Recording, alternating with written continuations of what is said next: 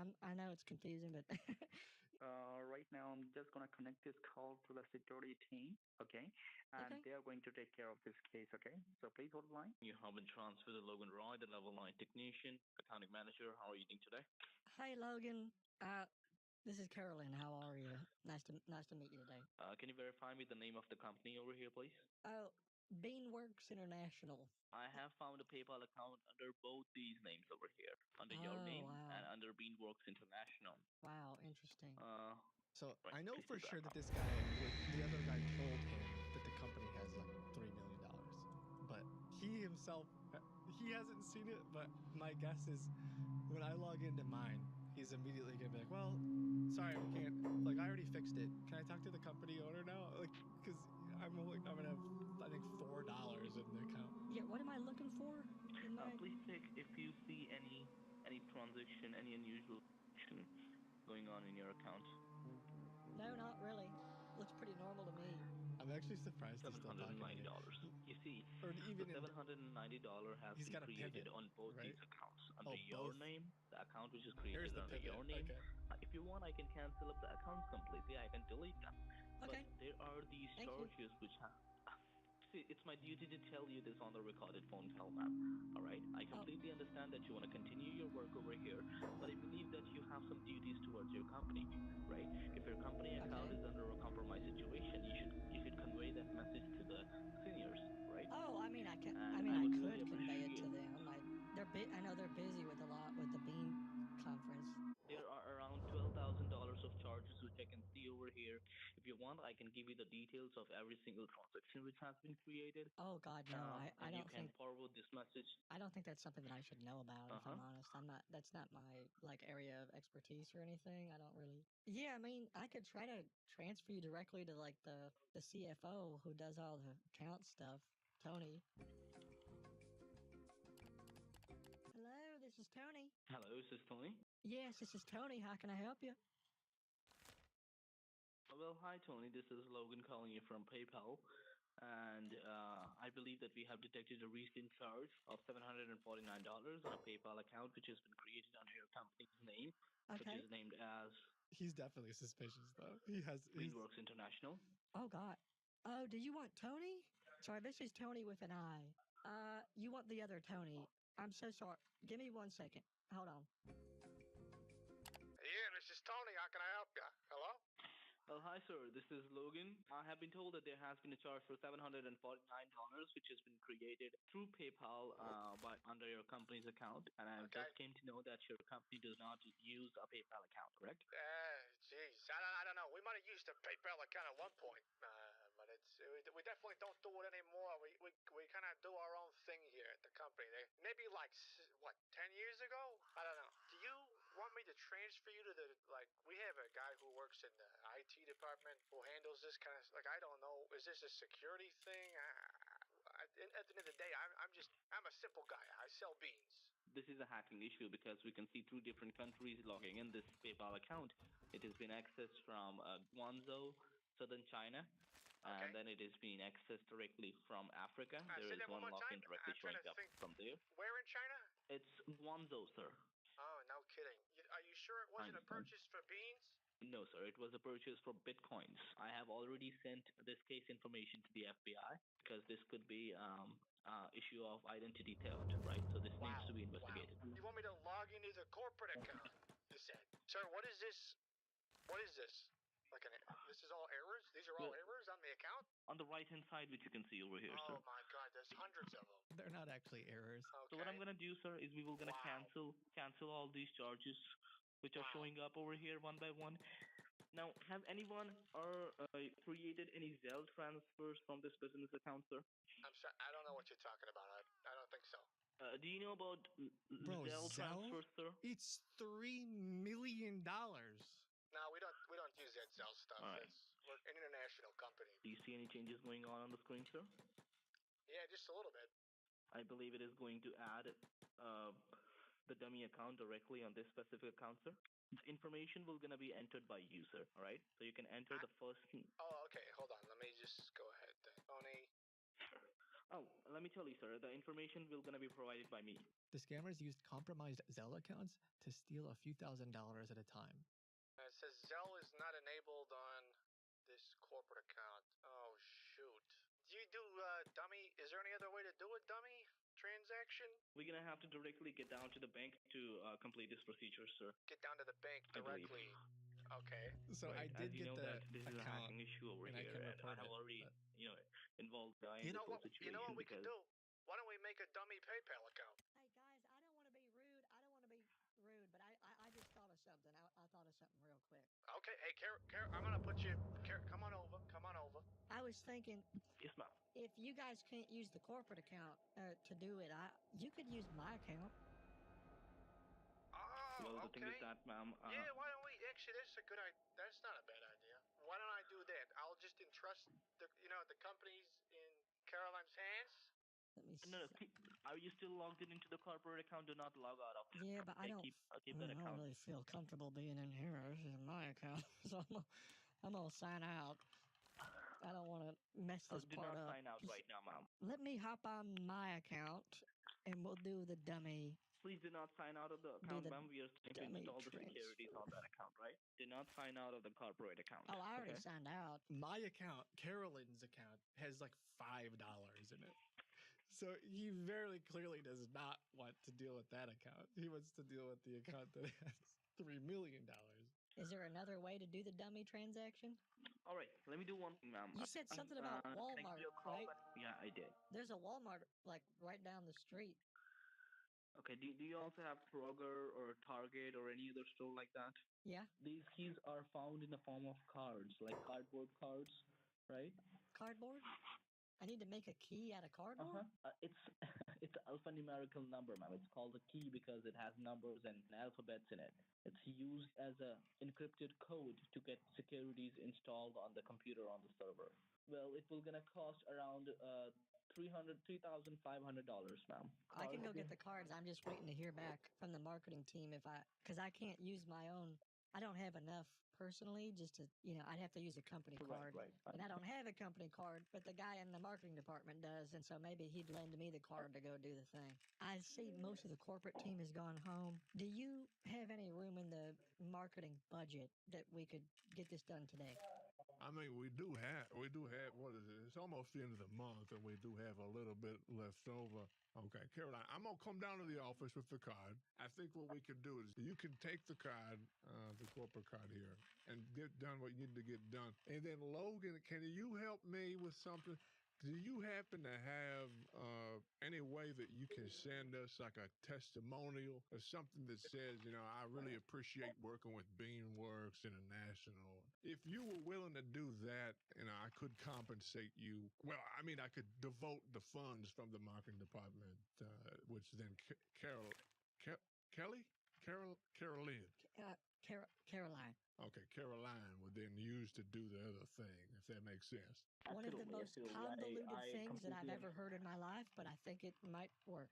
I'm going to give the phone to Thomas. I got the card. I'm going to head down to Kroger, and I'm going to just get as many cards as I can. Can you give me a direct line, ma'am, All so right, that I can be on the line with you while you're over there? Take care, y'all. Hey, this is Tom Kent. I believe we were talking before. Yes, Mr. Thomas. You're going to do a video testimonial, so why don't I help you out with that? Absolutely. Most people, we just have them say, like, hi, my name is such and such. I've been working with Beanworks International for, I don't know, say however many years you've been working with us. All right, let me give it a try, okay? We're going to record right now. You just say what's on your mind about Beanworks International. Hi, my name is Logan. I've been, buying beans from Beanworks International from past couple of years, and it's been really great. Their customer service is awesome. Every single employee I have had a word with, I just love talking to them, love eating their beans, consuming them. Well, the sour flavor is what I love about it, and well, it's been really great working with Beanworks International, I would say. Is that okay? Wow, bravo. That's not bad. That's not bad at all. All right. Hey, I am back. I am back. Oh, actually, Caroline, don't give him anything yet. I still haven't proceeded with all of the marketing stuff. Oh, okay. No problem. No problem at all. Okay. Can you please verify me what kind of cards you have purchased? Yeah, I got the target cards. Okay, how much have you purchased for, ma'am? 3,500. Oh, okay. Never mind. She's coming back. So, what we'll do then? You're not supposed to redeem the cards, geez, sir. Are you trying to redeem the cards Something weird on just your happened Google? Something weird just happened on this computer. I don't know what happened. Let me tell you, sir, if you would redeem those cards on your Google account, So I why would don't have we to do report this this? immediately. You do the recording, and I'll try to do this part. That way we can get the security on the computer then, okay? Oh, whoa, what is going on here? Sir, you're not supposed to redeem the card on your computer, right? That's not what you're supposed to do. I don't know. I feel like it broke. If you would do that, I would unfortunately have to report this whole thing. Wait, what do you mean? What do you mean don't do it on this computer? Oh, well, you do not have to redeem the cards, sir. If you would redeem the Google Play cards on your end, Well, I have to do it on this conversation. computer if I'm gonna. What are you talking about? How else am I gonna get the security? I don't understand. I'm back. Okay, Caroline's back. I'm gonna give her the phone for a second. I actually gotta go to the bathroom too, but I'll hold it. Why are you opening up Google Chrome? Why are you opening the Play Store now? I'm not actually on the computer. Are you on the computer? No. Please get on the computer. Why? What's going on? Well, I believe that your partner is trying to redeem these cards on his personal account. He's trying to steal money out. Right. He's trying to redeem these cards on. Oh my God. Right. He's using his Gmail. His own. What does that even mean? I guess. He's using I a did Gmail get the. account Did you to want the redeem Target cards or do you want the Google card? Because I got both. I didn't know which ones you wanted. Okay. That's what I wanted to confirm from you, ma'am. You wanted the Target gift card or you wanted the Google Play gift card? Or you had... I got both. How many Google Play gift cards or how many of them you have, ma'am? That's what I wanted to confirm. Hold on. Let me get back into the room. Yeah, so it says you're redeeming. I have the Beanworks. I logged into the Beanworks International, account, and I'm just putting the cards on. Okay. So you're not supposed to enter these or redeem these cards on your Beanworks International account. It says 200 has been added. Okay. So we just do that for the different cards? Please type down. Are you sending me that video or not? Are you sending the video or not? I guess because Oh yeah, I'm sending you the video, sir. Absolutely, I will send you the video, but you need to go ahead and type in the numbers first of all. Yeah, I tell you what, Logan. Right, go ahead. A deal's a deal. Yeah. I approve Yeah, the $3,500 charge because you told me we really need that video. I think this man. Once I send you the video, listen to me, sir. You do not let me complete. This guy's lying to me. I think we're gonna have to figure something else out. You need to understand that you have your company video? I mean, he policies. said you guys worked out a deal. Why didn't you send it? We really need it. I have to use this. I'm not getting a lot of trouble. The video. I understand, but you have to verify me the cards first of all, right? Okay, I'm sorry, I can't do that. You need to understand that. Are you going to send the video or not? Situation over here. I am. Honestly, I don't. It's not my computer. It's not my money. I don't care. Mm-hmm. It's up to. What's the name of your YouTube channel now? What's the name of your YouTube channel? You tell me. Can you tell me that? Oh yeah, it's Do you have a channel or Beanworks. something on YouTube? Yeah, Beanworks International. It's Beanworks International. Yeah. That's the name of the YouTube channel, right? Yeah. He doesn't know. He's just like. He's just lost all hope. I think I know what's going on over here now. He's not gonna send I figured it out. So okay. Well, if you want me to send you that video, you will gonna have to write down the numbers on the screen. Okay. That's the deal. Have a good day, Logan. This is a recorded phone call. He has no leverage, so it's over for him. But we have this. Hi, my name is Logan. I am dealing with Beanworks International. I've been dealing with them for past few years now, and well, it's been really great. Every time I call them, it's very friendly. They have good deals, and well, everything works out for me. If I need to buy beans, I will only gonna look for Beanworks International. Absolutely. I hope you had a chance to laugh and learn a few things as you watch these scammers lose out on what they thought was millions of dollars. As always, know that you're valuable and that you matter. Bye.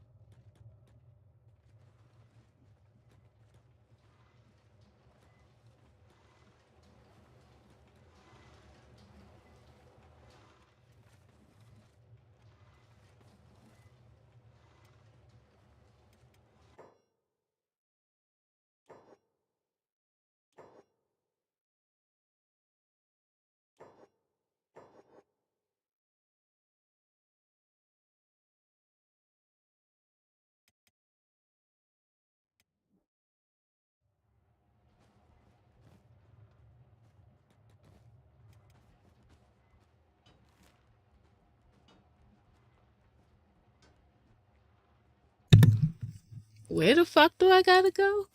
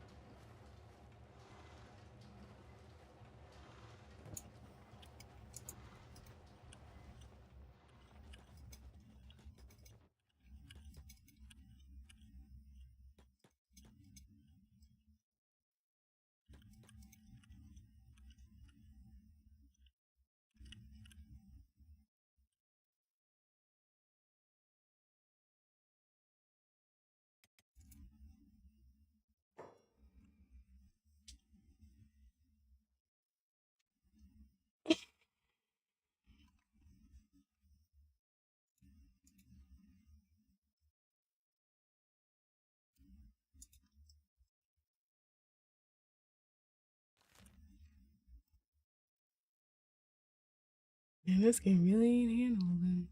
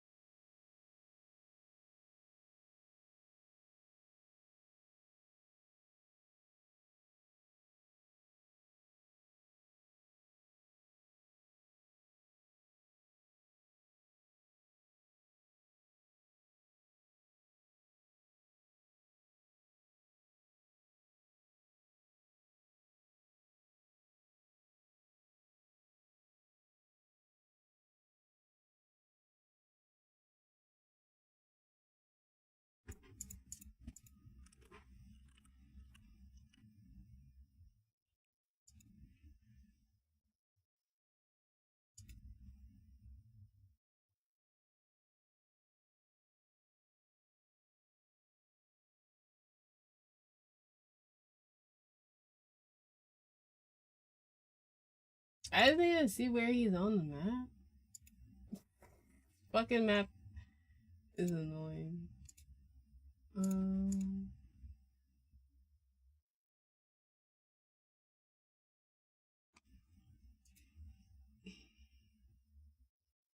Out the west.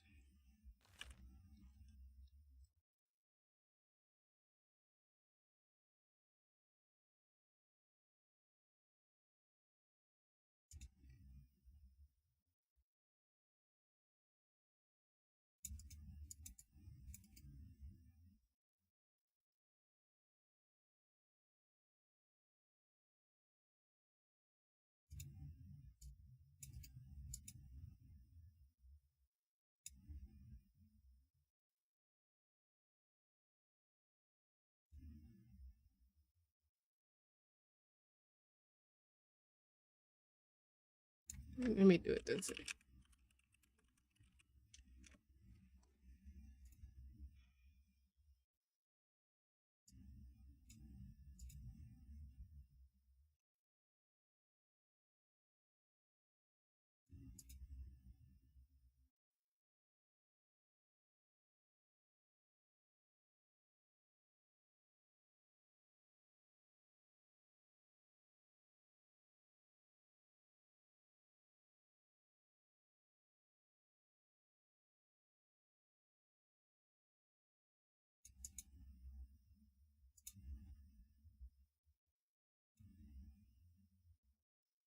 Why are all of these maps so fucking bad? Like, Jesus Christ. All of these maps are absolutely trash.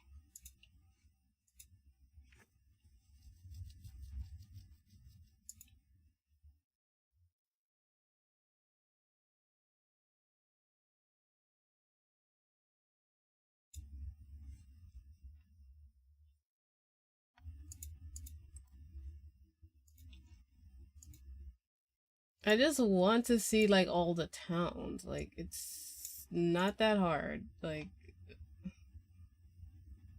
I don't even get it.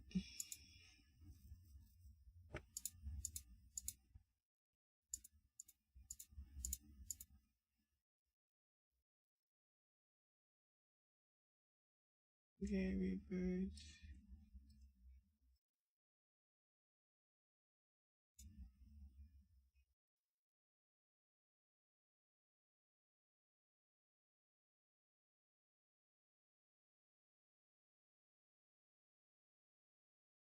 You know what? You know what? Fuck it. First, I want to go back to Rebirth.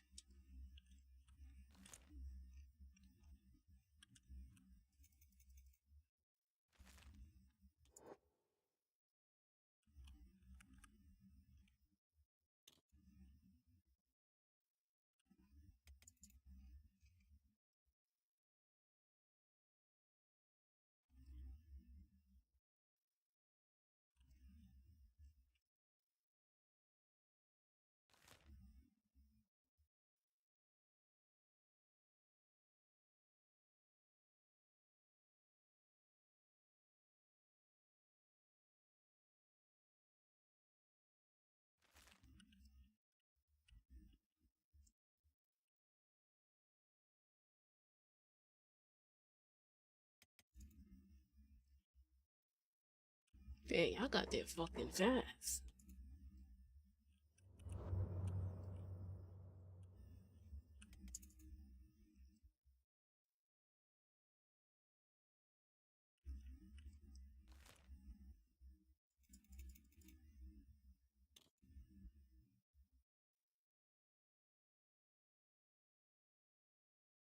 Yeah, I gotta go to Rebirth. Like, where the hell y'all going?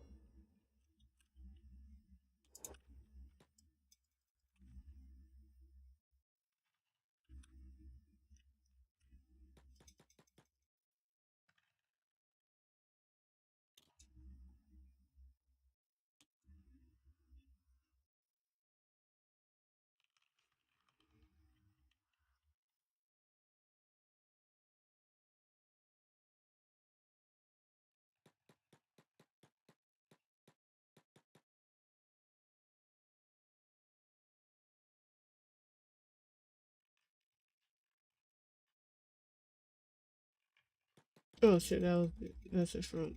Okay.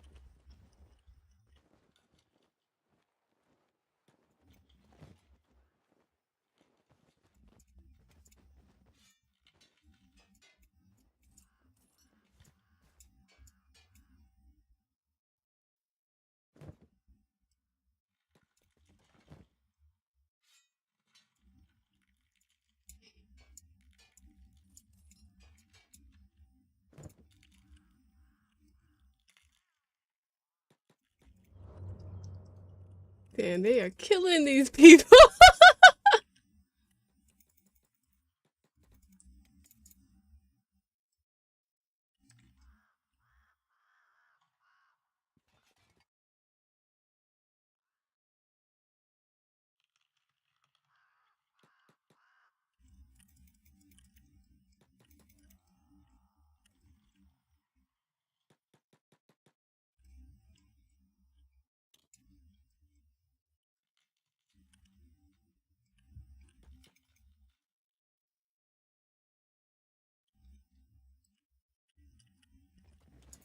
Okay.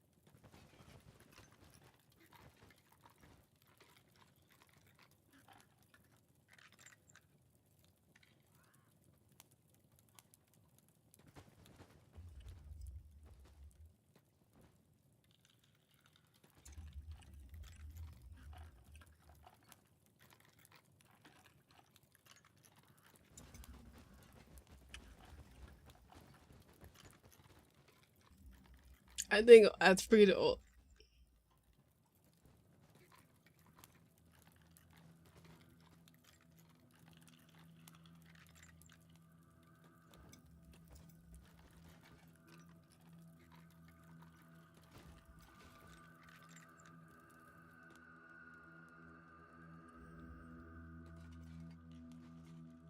Oh, Tengu. I like Tengu.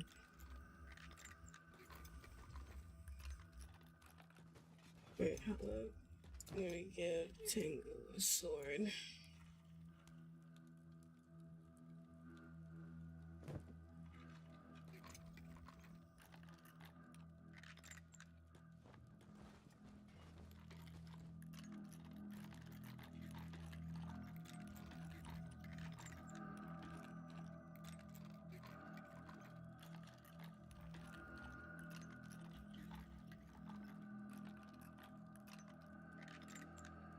Okay, you don't want to be freed?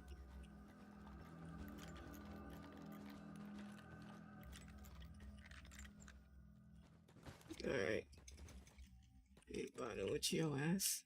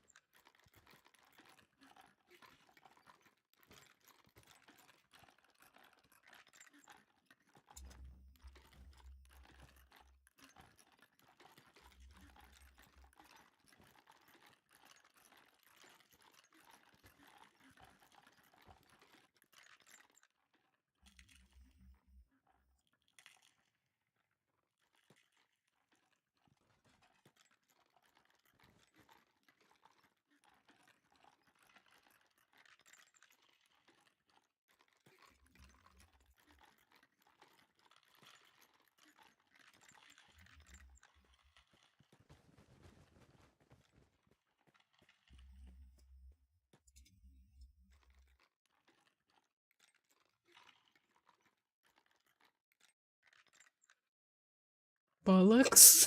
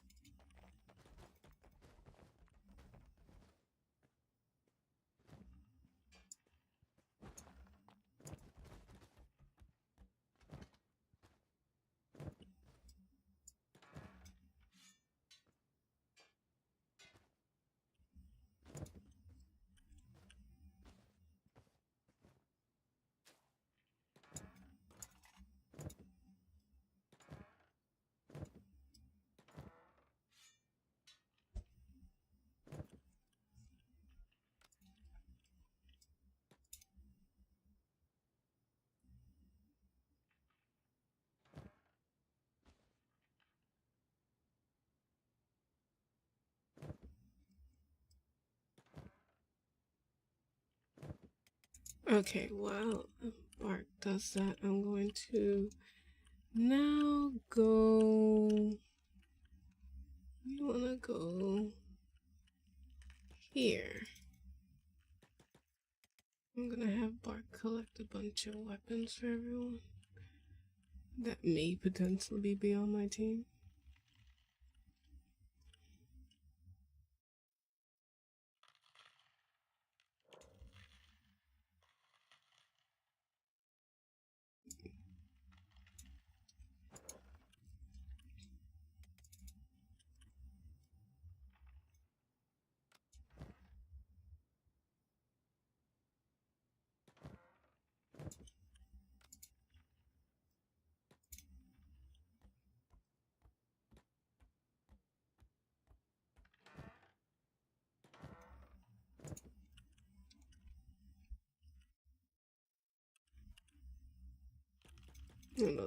I know this area probably will have.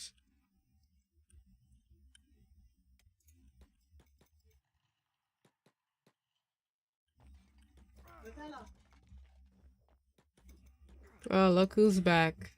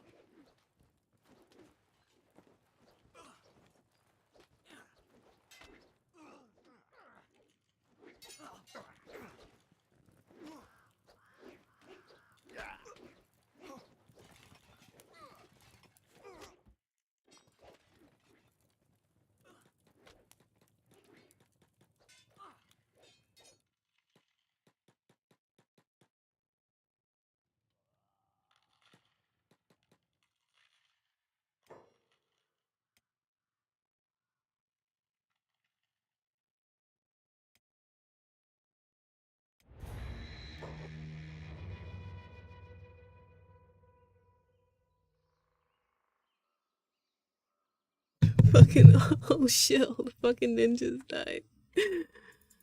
Oh shit.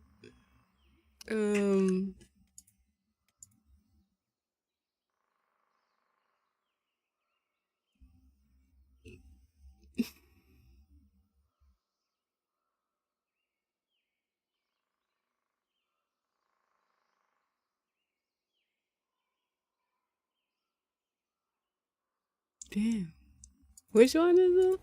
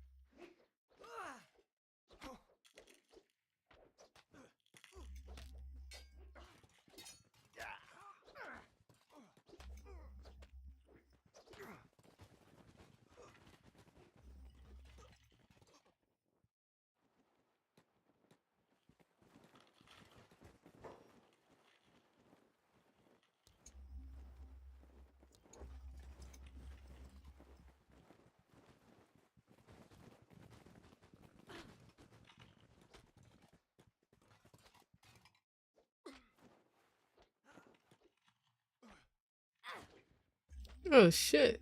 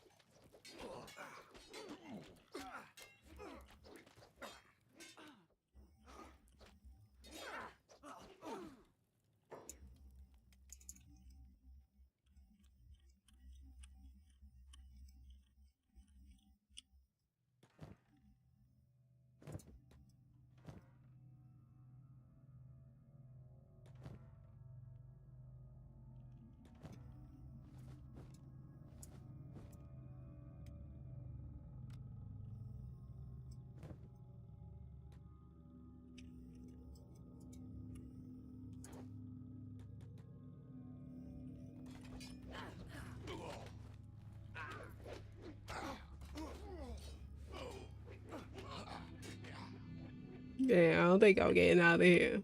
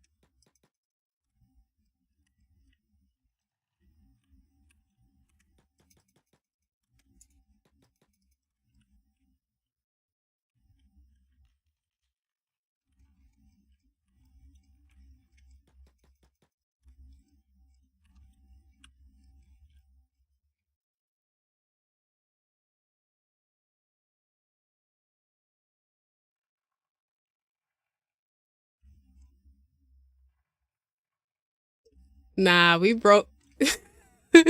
We broke out of the plantation. We fucked. I stole everything from them and I killed everybody.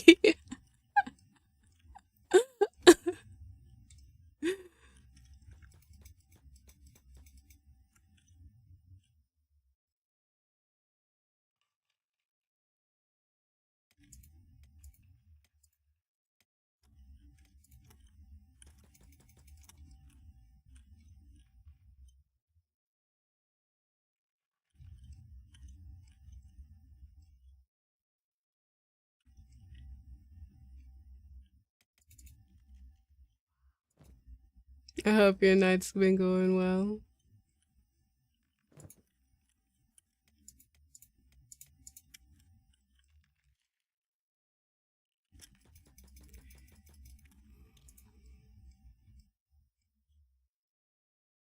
Yeah, we actually leaving the.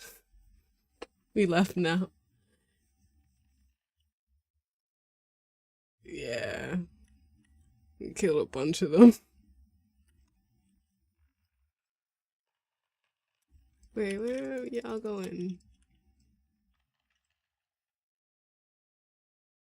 Yeah, Tengu's pretty fucking fast.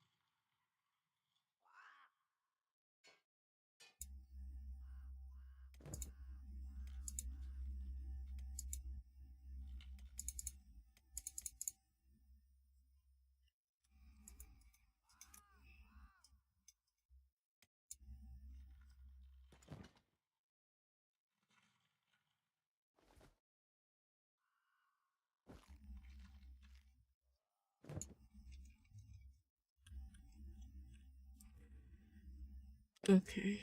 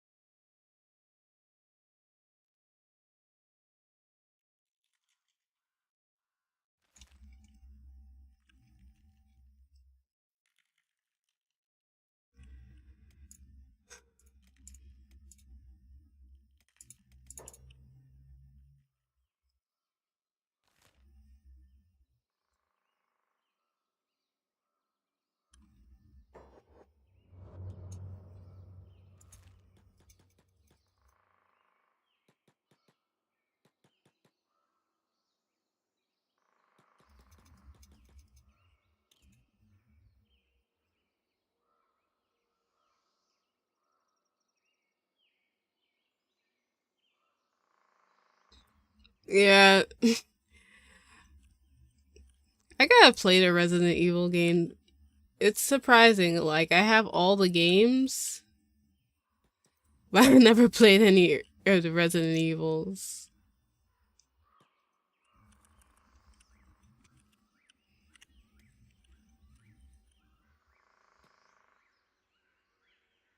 Y'all gonna let me in?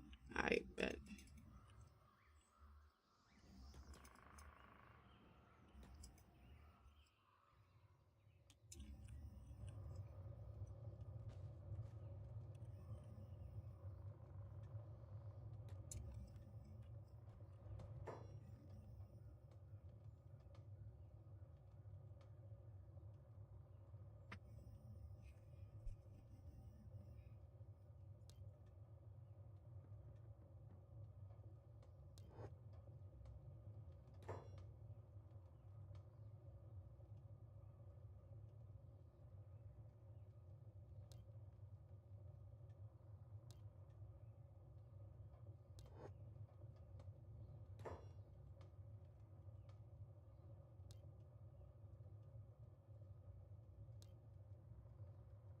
Y'all so expensive.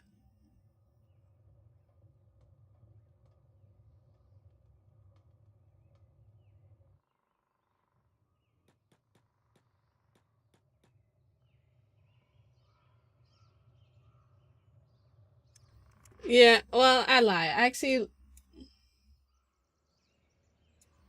I actually do like Resident Evil 5. I lie. I lie.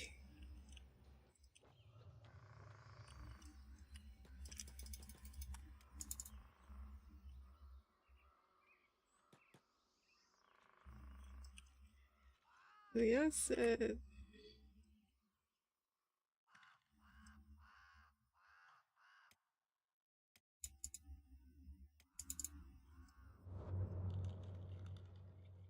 It's so weird.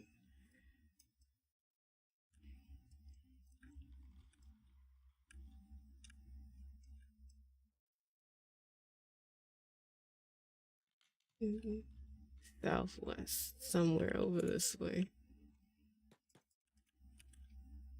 Guess we gonna have to keep fucking moving until we find it.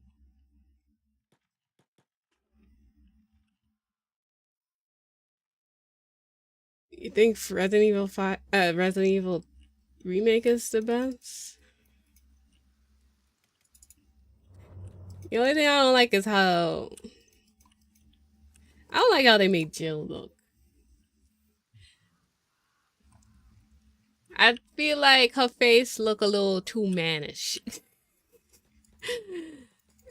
I kind of liked her oval face she has. Like, now it made it really squared. Like, I don't really like how they made Jill look in the new one.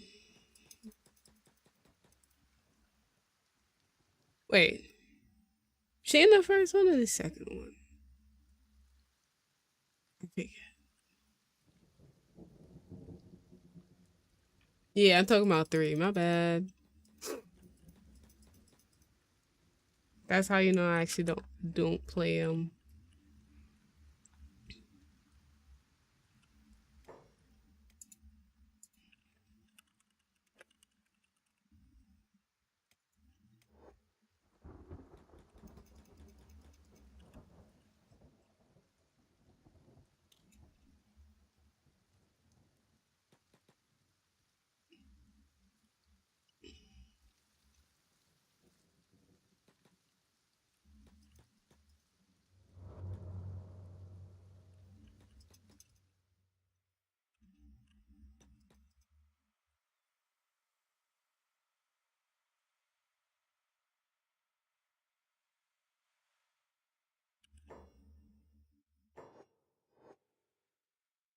Oh, this fucking place looks weird.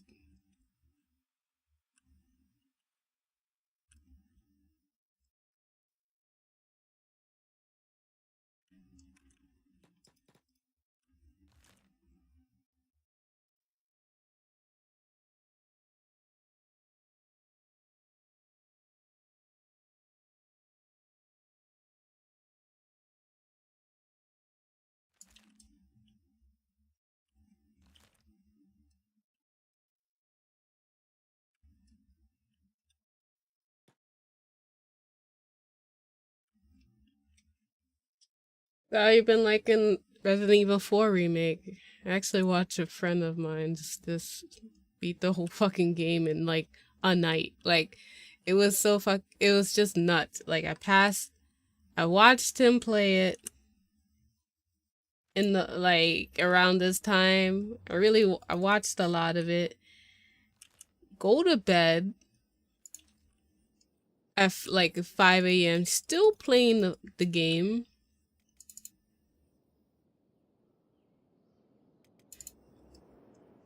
Then I wake up again to go to work, still playing the game.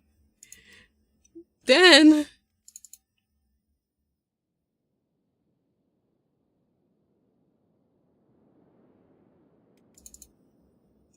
okay.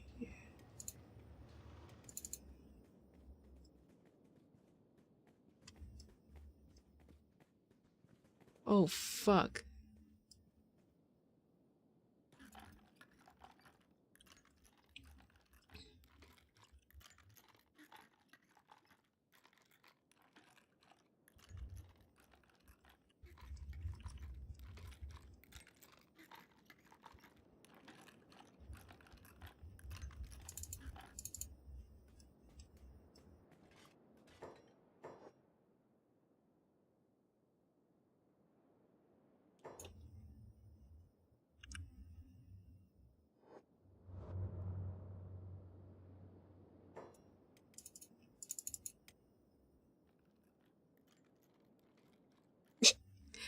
I ain't saying she ain't.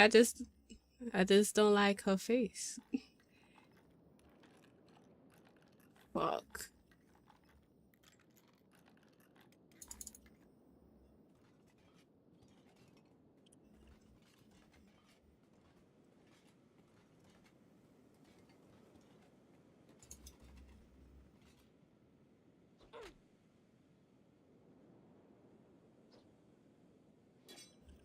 Wait.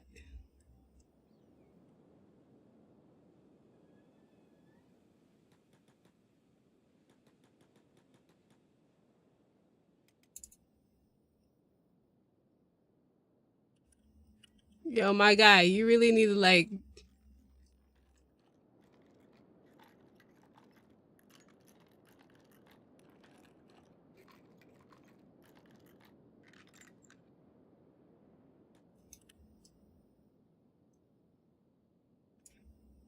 escape, nigga.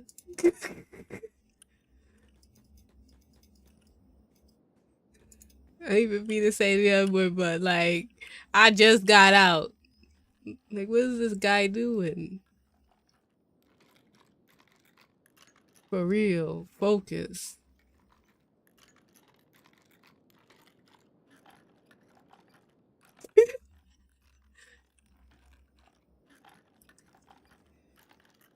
Cause this, from what I'm seeing, this is we in cannibal territory. So I really need to get out of here. I really, really, really need to get out of here, bro. Like, that's the only reason why I said that. Cause like, nah, actually, let me not even bother heal you. I gotta unlock people because like this is cannibal territory we in right now.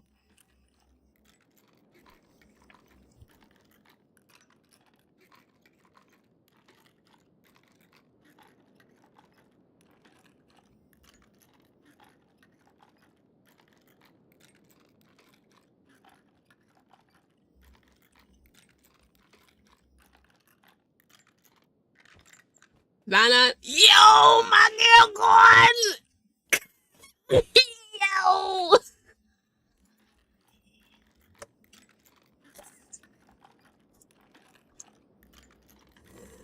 Nah, I never heard nobody say they like dark meat, bro. It's all about that white meat. Yo, this game got me, be having me dying sometimes. Yo, my chick just pounds, bro.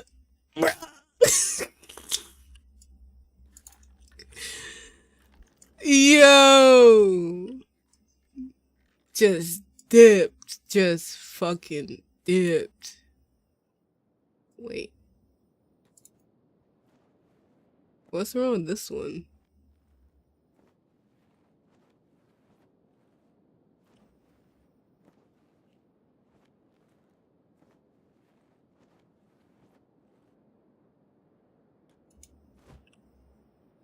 Alright.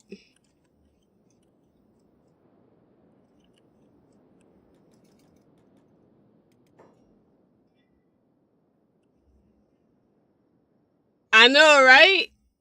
If I told you how many motherfuckers I saved in this game, bruh.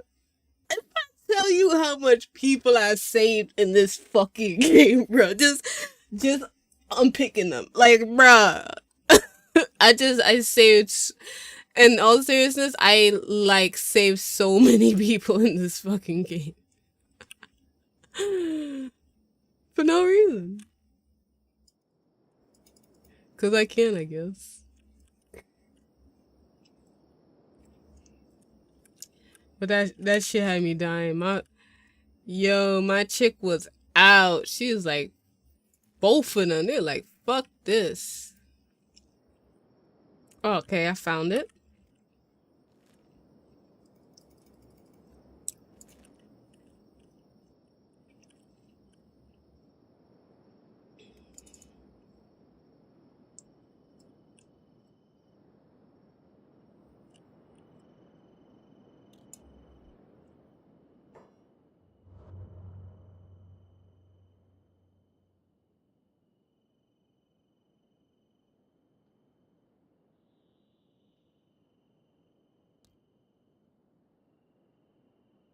Panicking never helped anyone. Nice knowing you anyways. I gotta run. Wait, Ninja, don't go. Sorry, comrade. Places to go.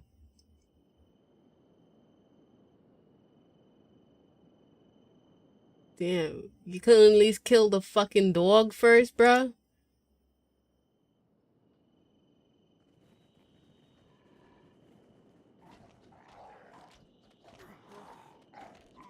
Fuck. Fuck!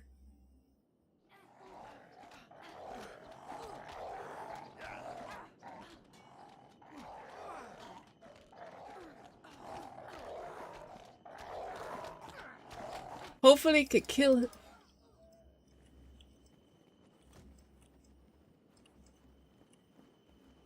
Damn.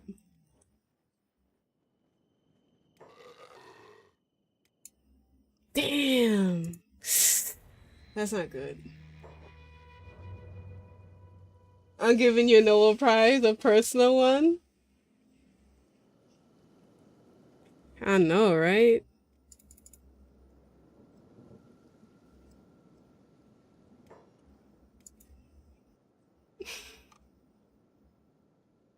Yeah, which save was that then? Big save. I think it would have to be this one. Damn, that bitch couldn't just like wait a fucking minute before this fucking board came out of nowhere. But so long, like damn, bruh. Fuck. I might have jot that person on carrying, no offense, but like shit, I didn't know I was so close to.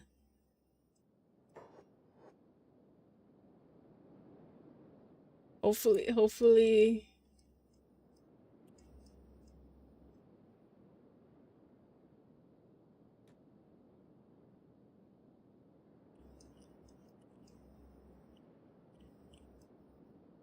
Wait, where did the person go?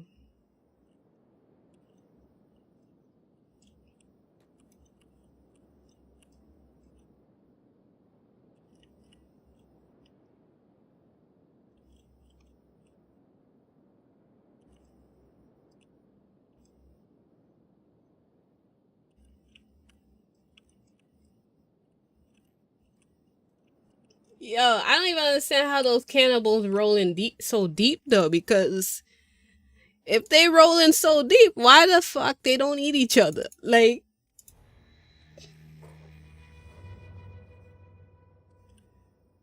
I never played that game. Never even heard of that game either. Yeah, this would be a depressing ass place to live. I ain't even going front. Damn, I kind of want. So it doesn't save like if I'm carrying somebody. Yeah.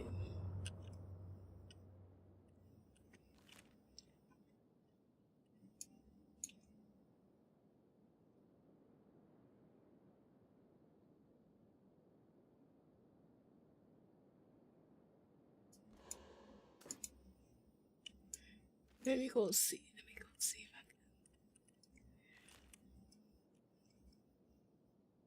can. Let me see if I could. Let me see if they.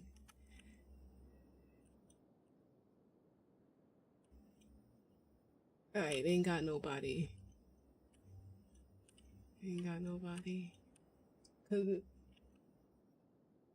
they was eating people, bruh. No, don't go there. Okay. I'm just happy to know that I guess they escaped. I guess when I got that message that both of them left, but shoot, I wouldn't wish that fate on nobody, bro. To be eaten alive? Nah. Alright. Bark, you gotta get out. You gotta leave. You gotta get there.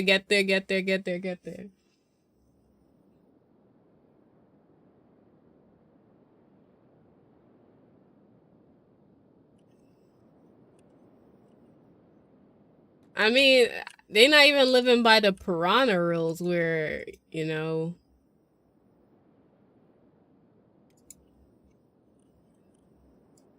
If you look like a bitch, they just eat you.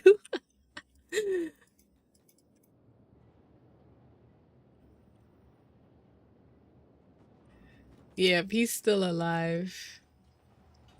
I ain't gonna lie though, she kind of died on one of the playthroughs.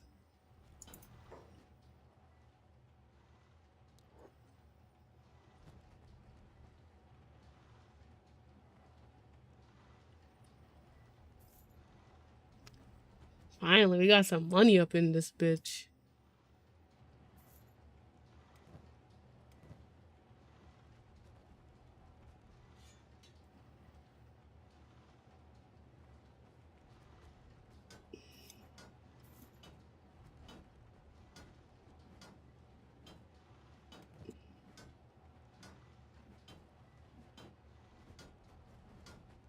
That's kind of crazy how I could just be anywhere and sell stuff.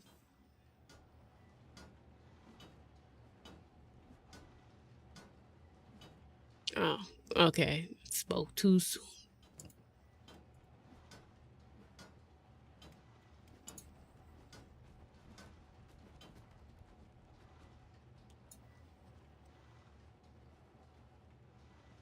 Okay. This area ain't safe because they got cannibals in this area. I kind of wanted to like... We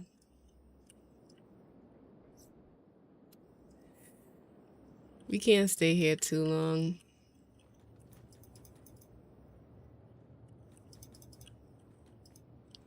It's nice to know I got some damn money though.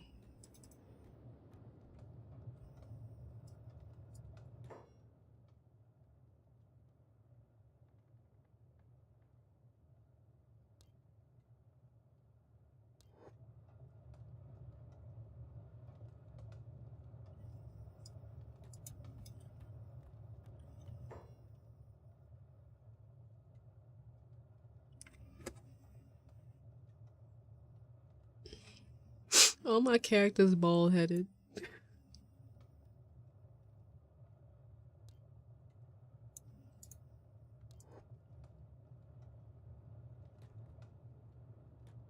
Oh, no way. I gotta pay a fee for that.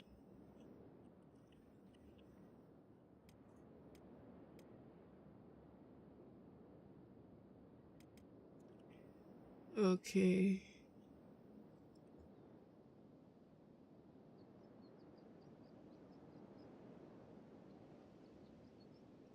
I think what I might do... Yeah, Mark has here. But, that's about it.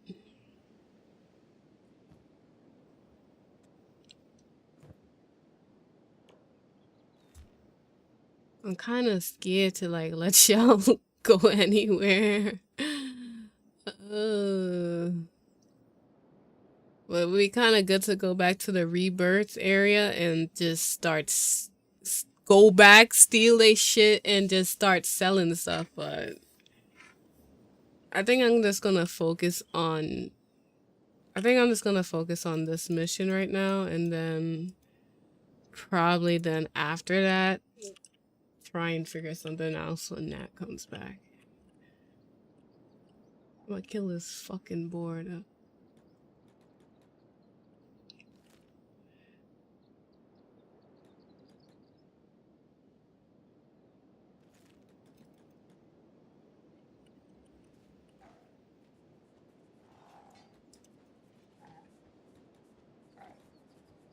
Oh, he on the outside?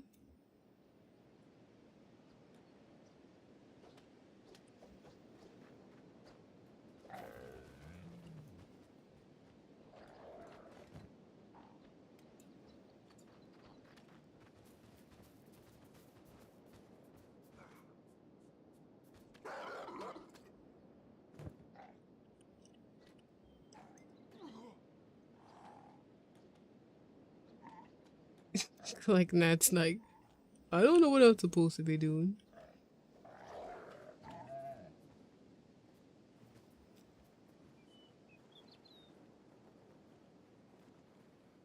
Hell yeah, I'm mobbing on everybody because they mobbing on me, bruh. Shit.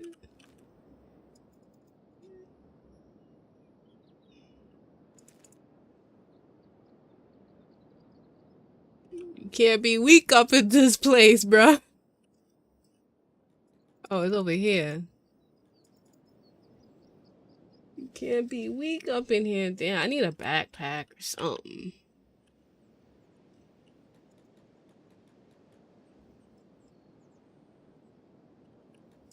Where y'all going?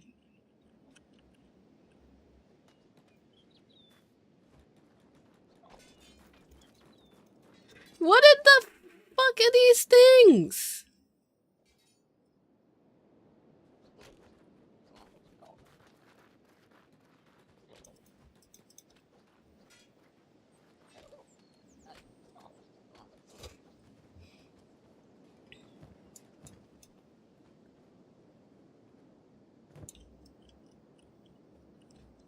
Oh my god.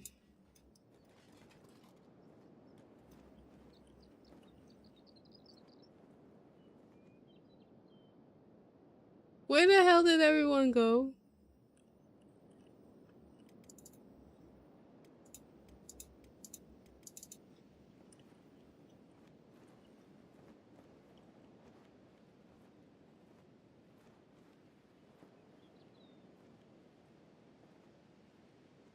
Jansport.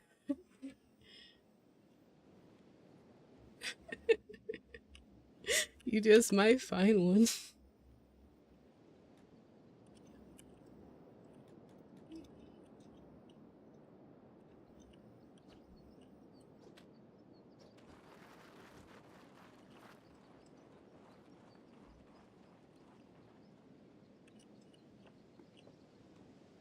Where the...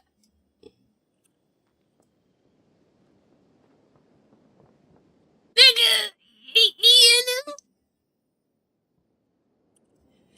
Nah, bruh. How the fuck y'all all get captured, bruh?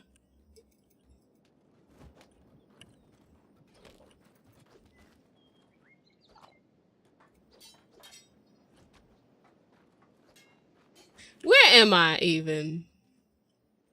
This ain't even where I'm supposed to be. This ain't even where I'm supposed to fucking be. I don't even know what happened. I don't even know what happens.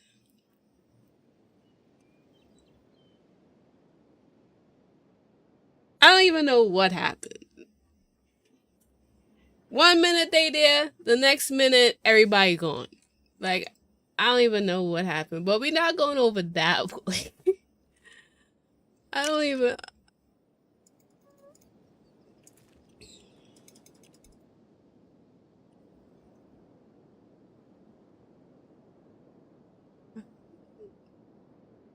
How could it be the Gulf with no water? Do you... This world? You see this world? Shit's like... Point and click Dark Souls.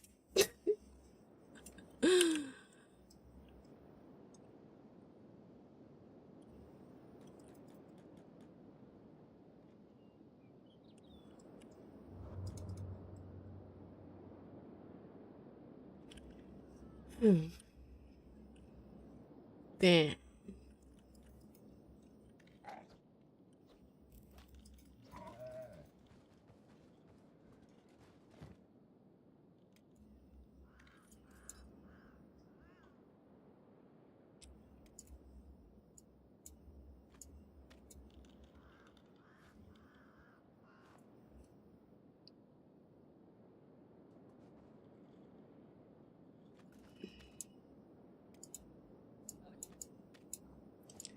Oh. I'm hearing them hives, motherfuckers. Nah, don't chase them, don't chase them, don't chase them. Kill his ass, though.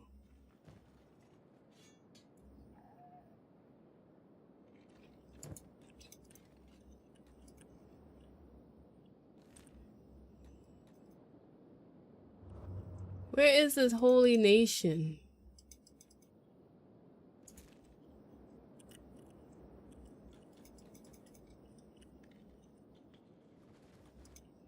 See, y'all like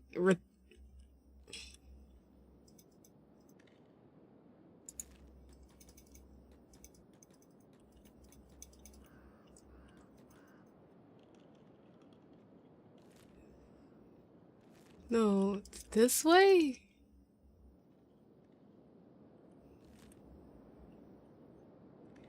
The one thing I don't like about this game, if I click on a damn map, can it just like...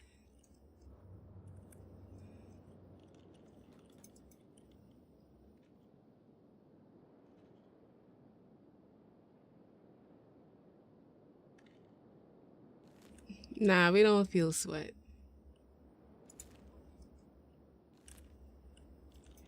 Okay, maybe it is moving. Alright, you are moving, but I'm just impatient.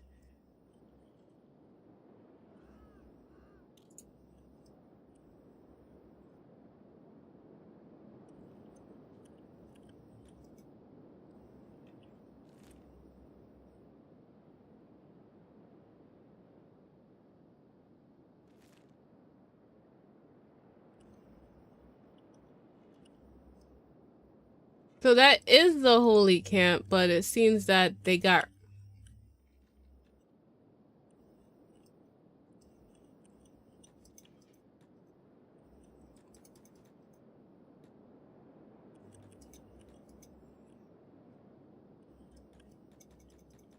Well, look how far you idiots are going.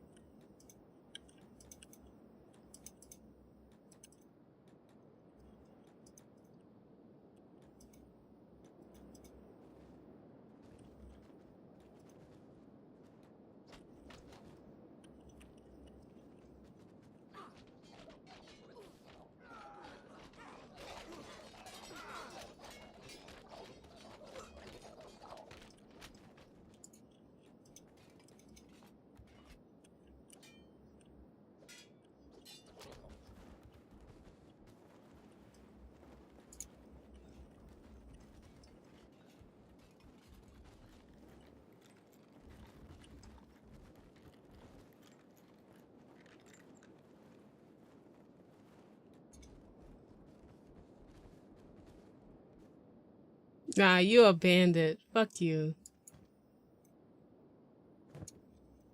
I should have saw that before I even try to...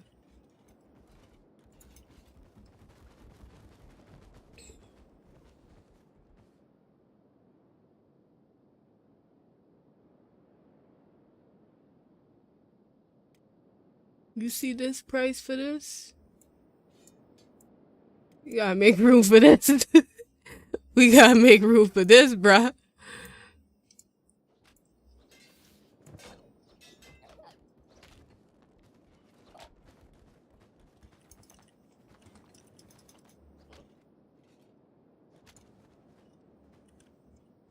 Okay. Fuck, man. Sorry.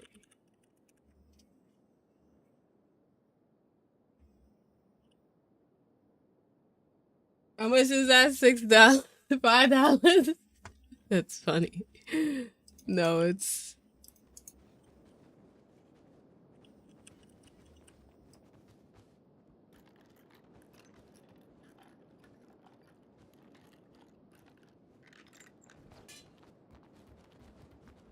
Kill him. Nah, you a hungry bandit. You can stay... You can keep your ass right there.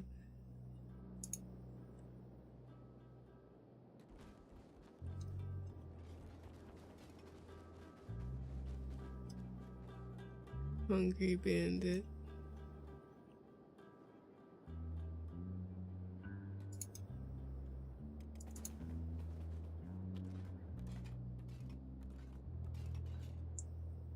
Oh.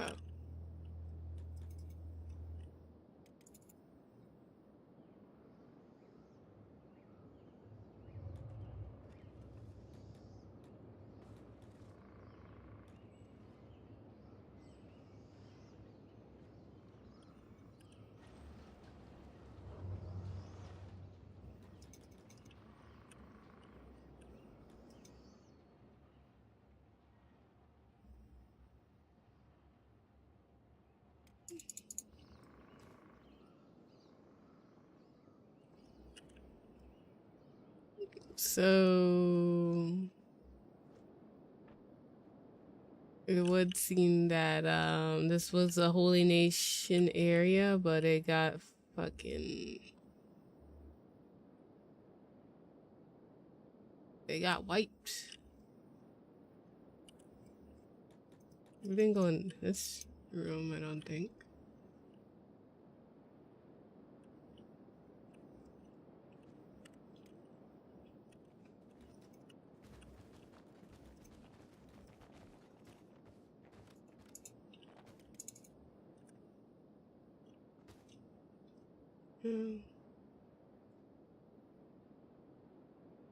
Long cleaver.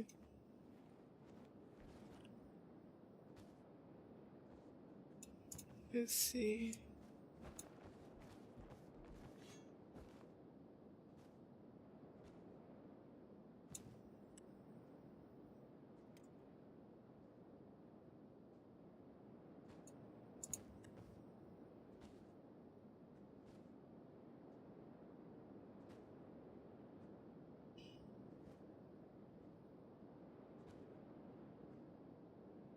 It sells for a lot of money, but it's not strong.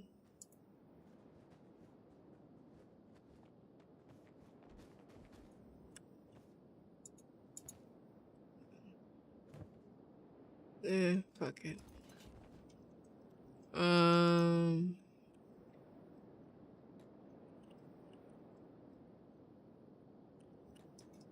Kill that motherfucker. Where you running?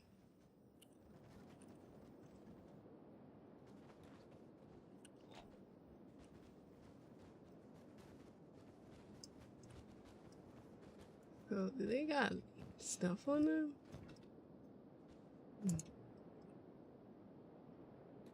I guess.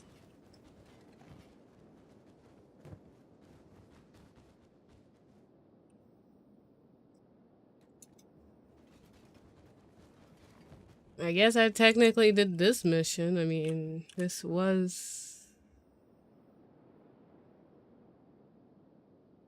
Is there a way to see, like, the quest that I have, though?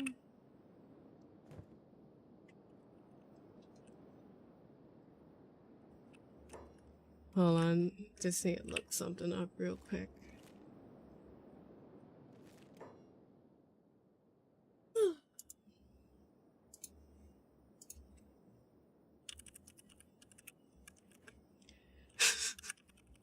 $5.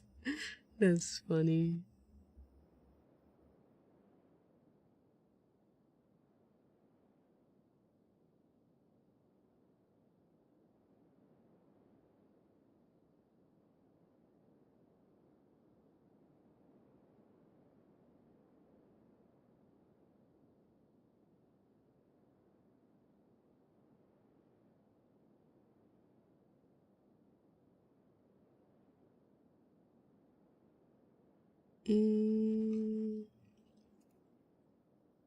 Yeah, where is this guy?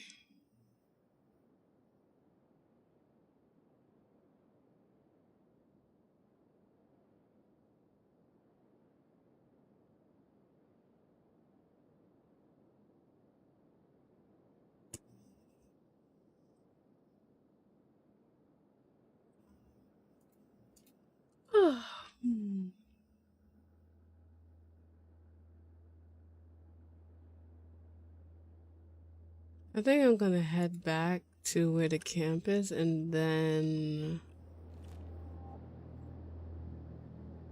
Fuck.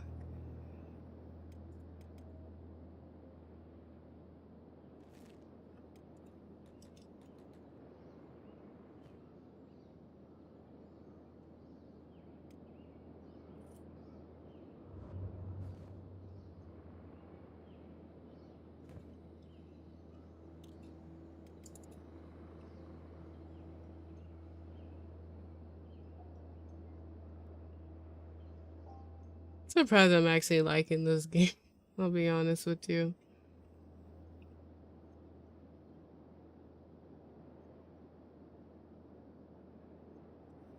I think one thing I like about the Resident Evil 4 remake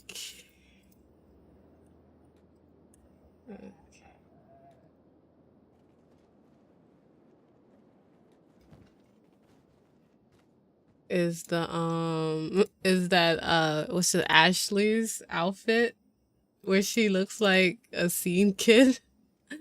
I thought that was the most funniest shit ever.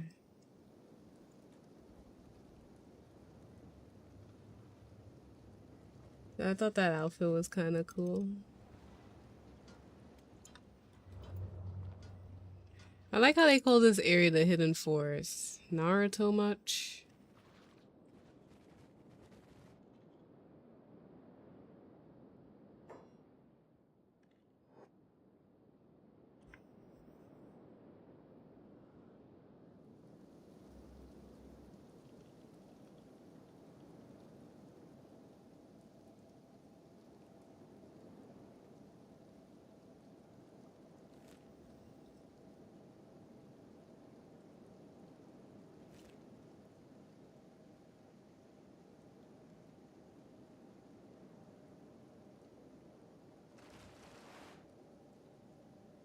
Yeah, I like y'all how y'all decide to go back around because this was a dumb way to go. Like, for real.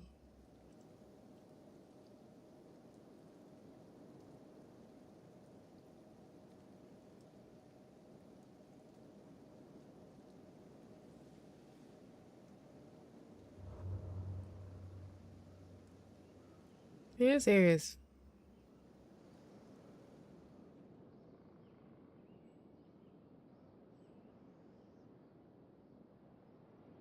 Okay, we kind of close. We just need to sell this stuff and then, like, suck out space. We ain't got no damn space.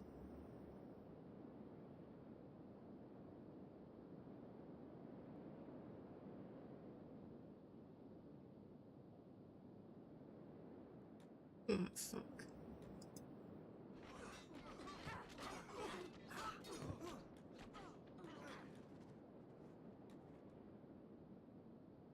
We even got anything?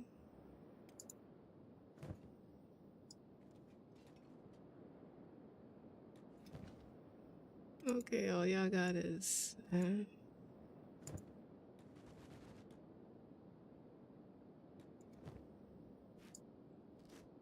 y'all ain't got no space. I ain't got no space. I'm such a hoarder. Okay.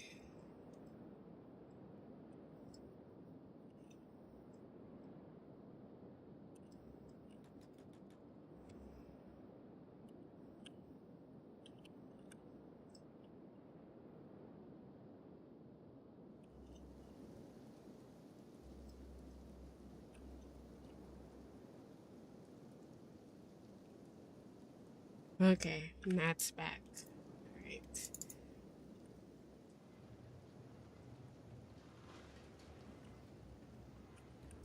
Damn, it's been a...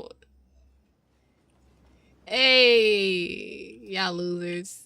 Wait, why is it dark in here?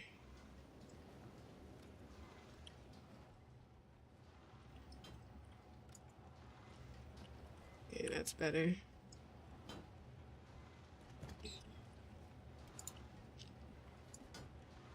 Give peace everything.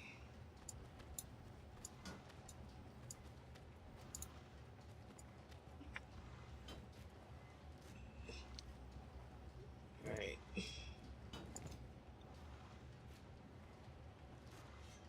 So let's take this. Is there a way for me to cook the meat?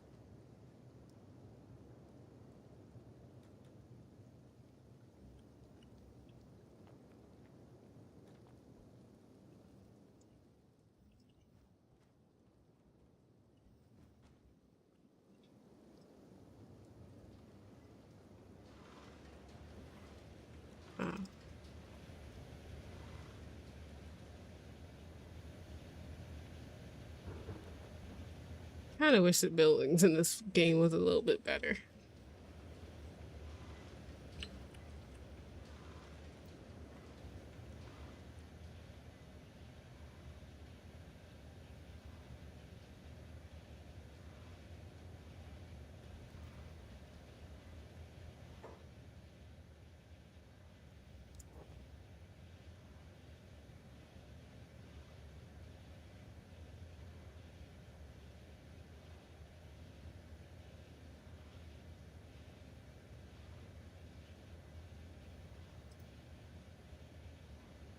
Wow, the shopkeeper could not afford something.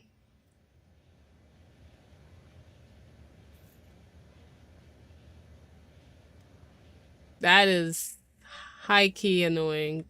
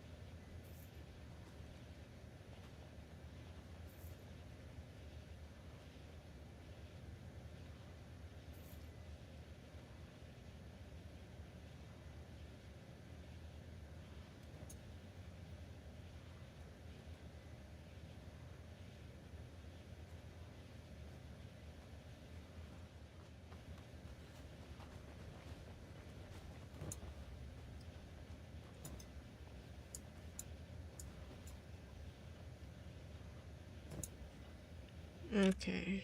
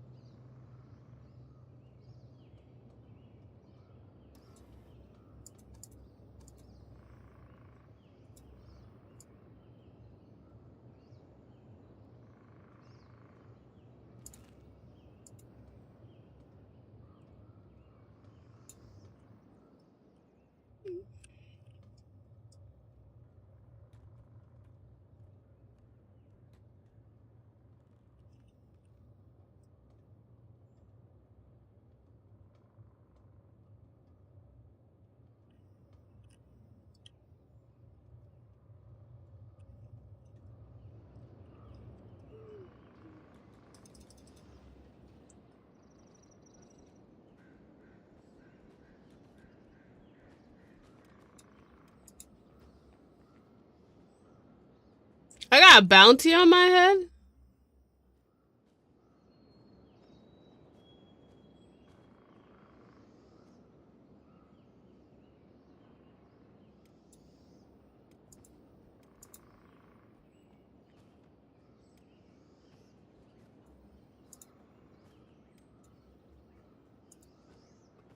That's nuts. Peace has a fucking bounty on her fucking head.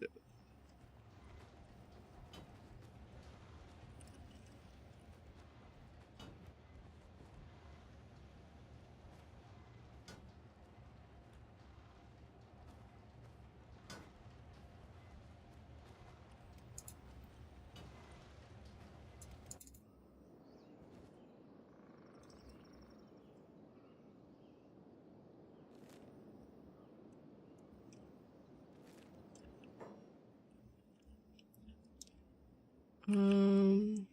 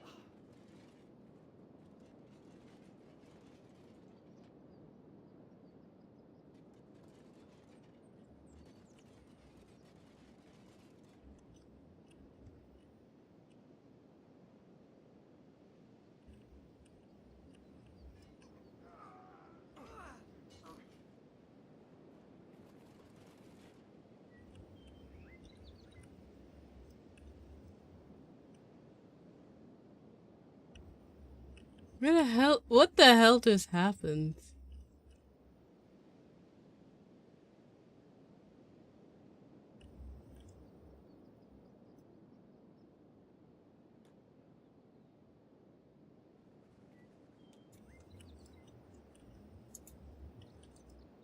Bro, Nat got her fucking hair back.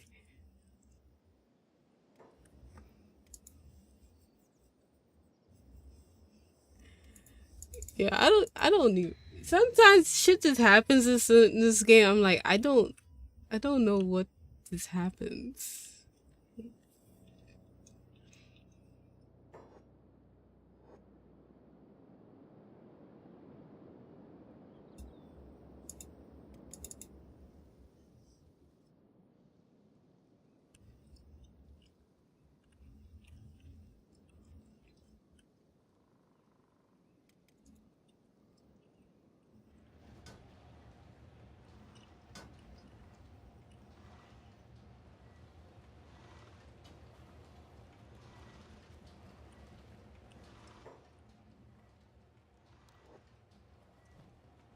Please have the money for this.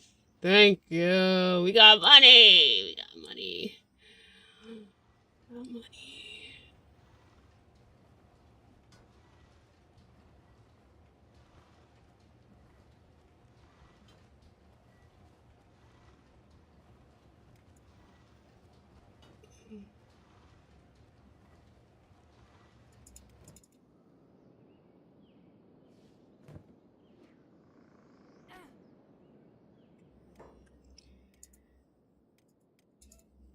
Okay, so at least I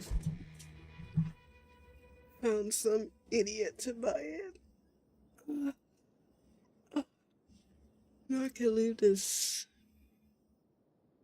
ninja area.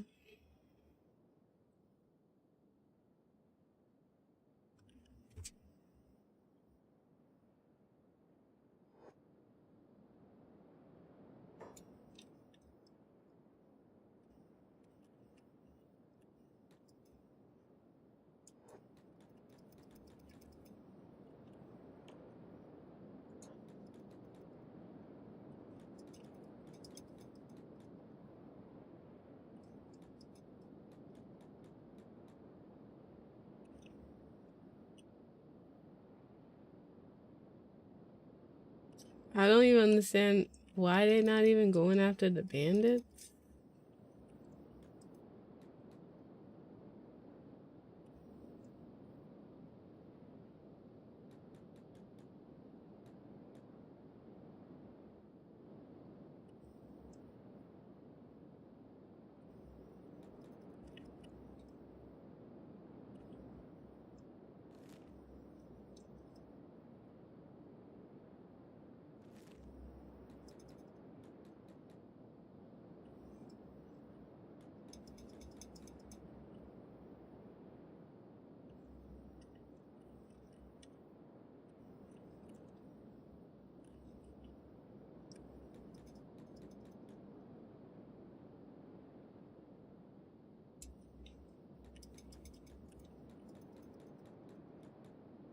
Look at this fucking retard.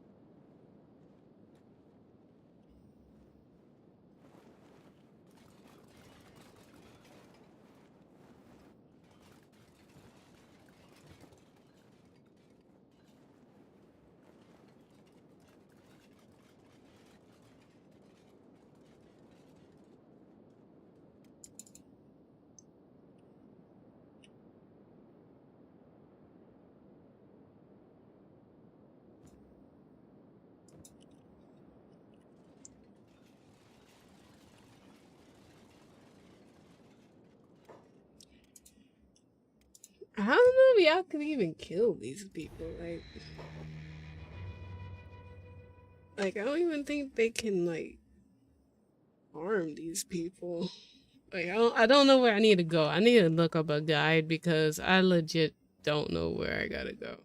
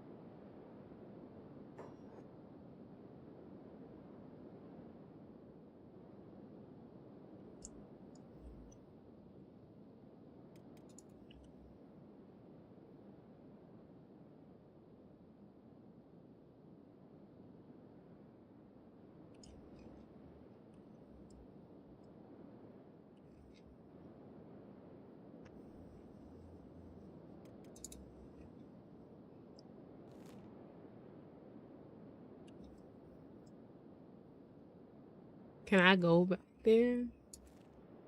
Let's see.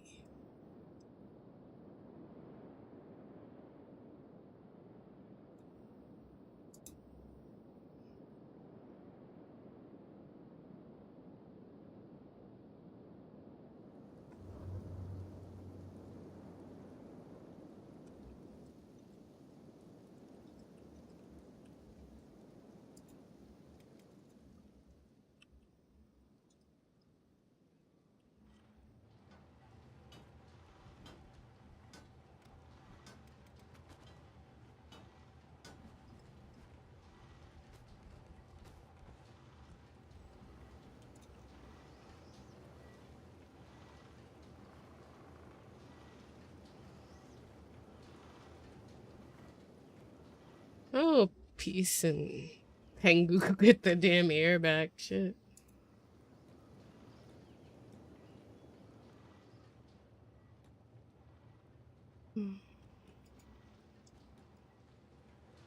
Traded with somebody.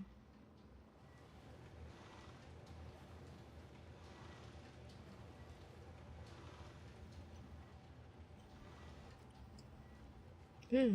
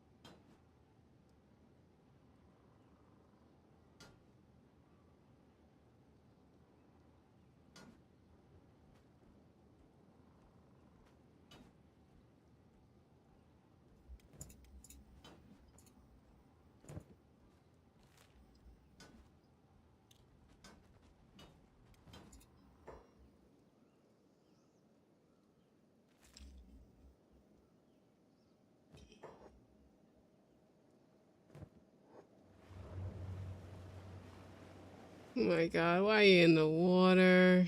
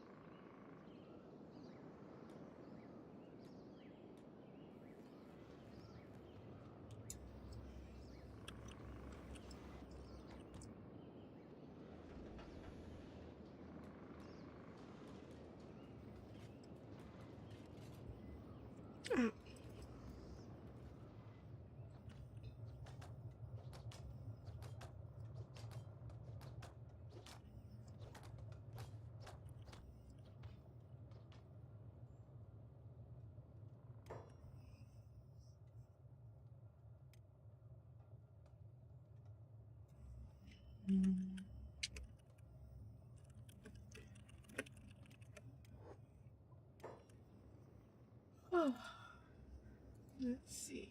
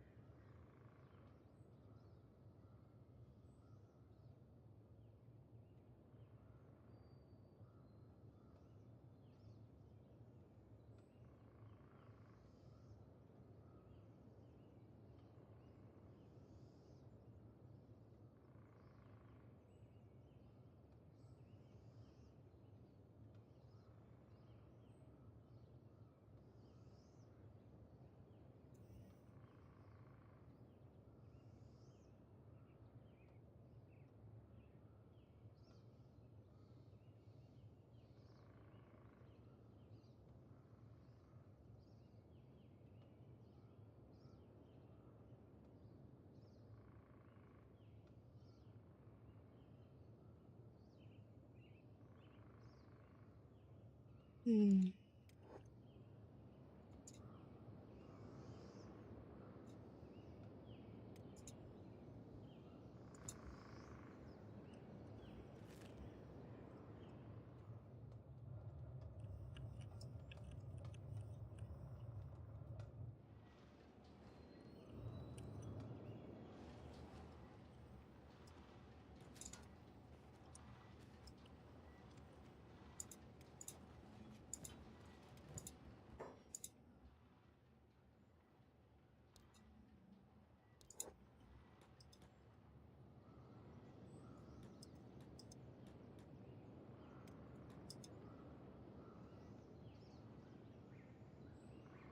Oh, okay.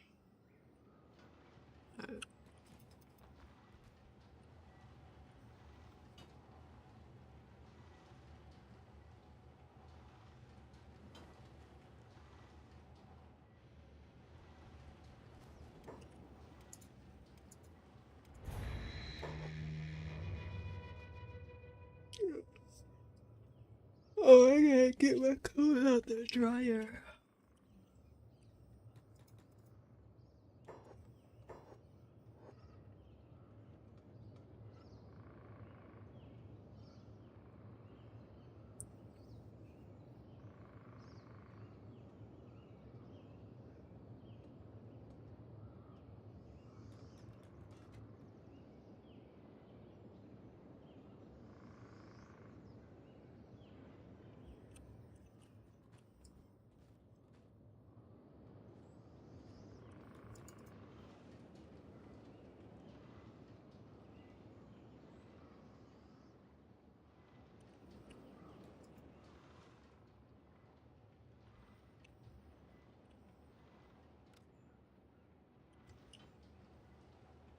Where the hell is everyone at?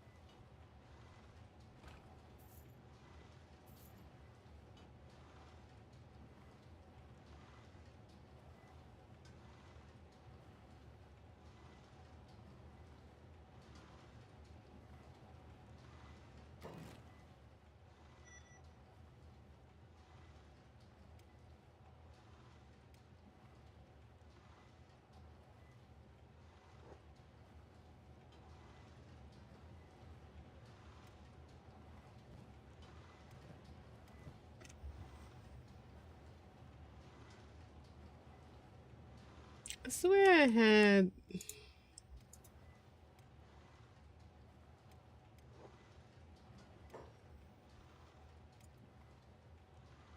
Was it really only 8,000? Or.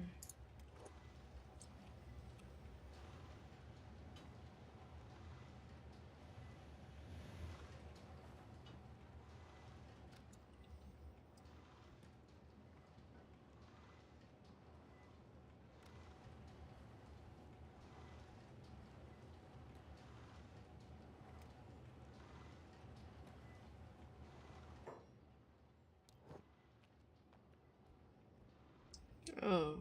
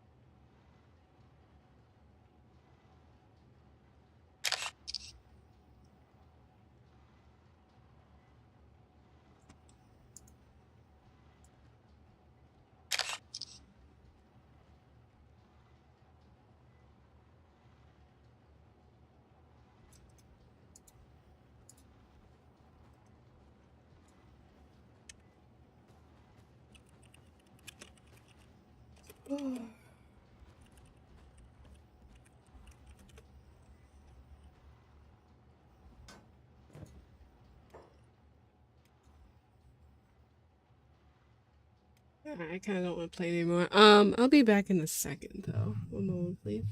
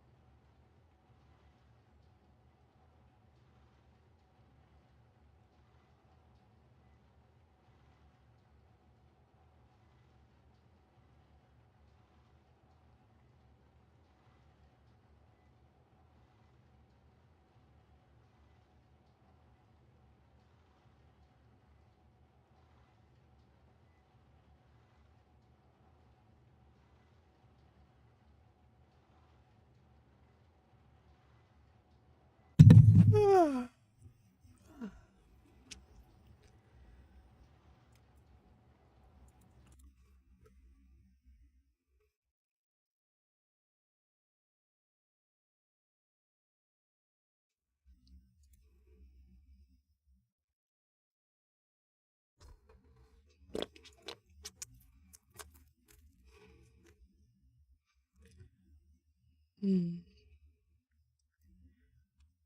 I don't know what I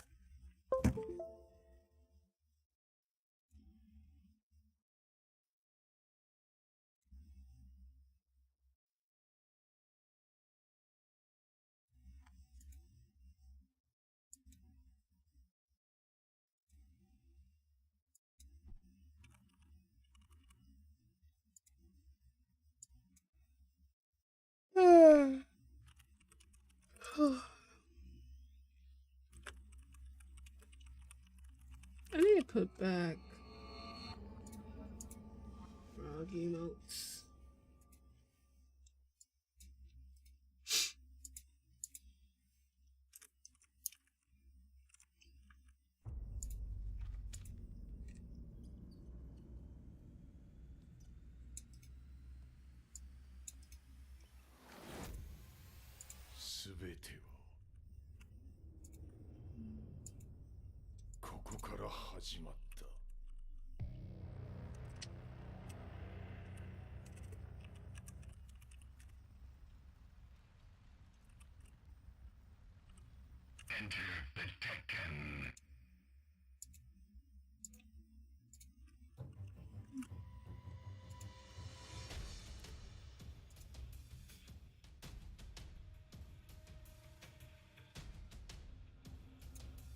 What time is it now?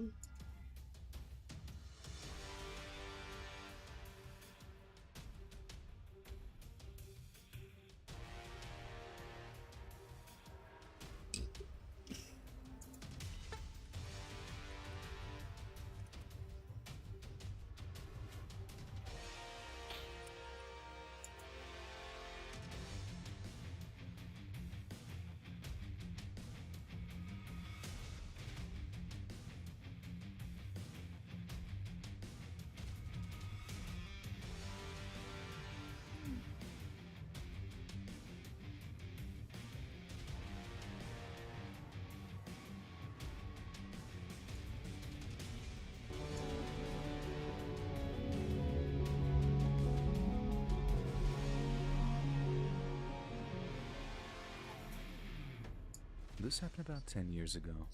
I was attending a really terrible university. I was working 4 nights a week, and I could afford little more than dinner each day. Rent and gas money really killed me financially. I really needed a job to survive. This all happened before I was working. It was summer of my second year. It was one of the hottest days of the year. On days like that, I always went to study on campus to enjoy the free air conditioning. In the library, they have a bulletin board where anyone can post any personal adverts and all that kind of stuff. I often check the board because sometimes you could pick up some easy work. For example, you could do high school students who were looking for a tutor and that kind of thing. Other times there would be interesting advertisements too. Study a foreign language with me. I like the sense of community. You'd see stuff like that. When I approached the board that day, I saw the following advertisement. Cleaner wanted to help clean a room. 5,000 yen per half day. Please contact Tanaka. This was some good timing because I had just taken a test and was about to have a week off. 5,000 yen was a lot to me. It's about $45. That would get me back to my hometown for a couple of days, I thought. As soon as I got back to my dorm, I immediately called the number provided. Hey, I'd like to apply for that cleaning job you posted. The voice on the other end of the line responded, and it sounded slightly bewildered. Oh, right. What days can you work? I told him that I'd work the full amount advertised. Can you start at 9 a.m. next Tuesday? I agreed, and he gave me the address. It sounded like a residential address. I guessed by his voice that he was a man in his 30s, and he sounded a little sick over the phone. My first day of work arrived. The morning was hot, but the sky was free of clouds. When I arrived at Mr. Tanaka's house, I felt the breeze of his air conditioning, and I was worried that I was going to be working without one. I arrived 10 minutes early at 8:50 and rang the doorbell, and a man came and answered it. right on time. Come in, he said.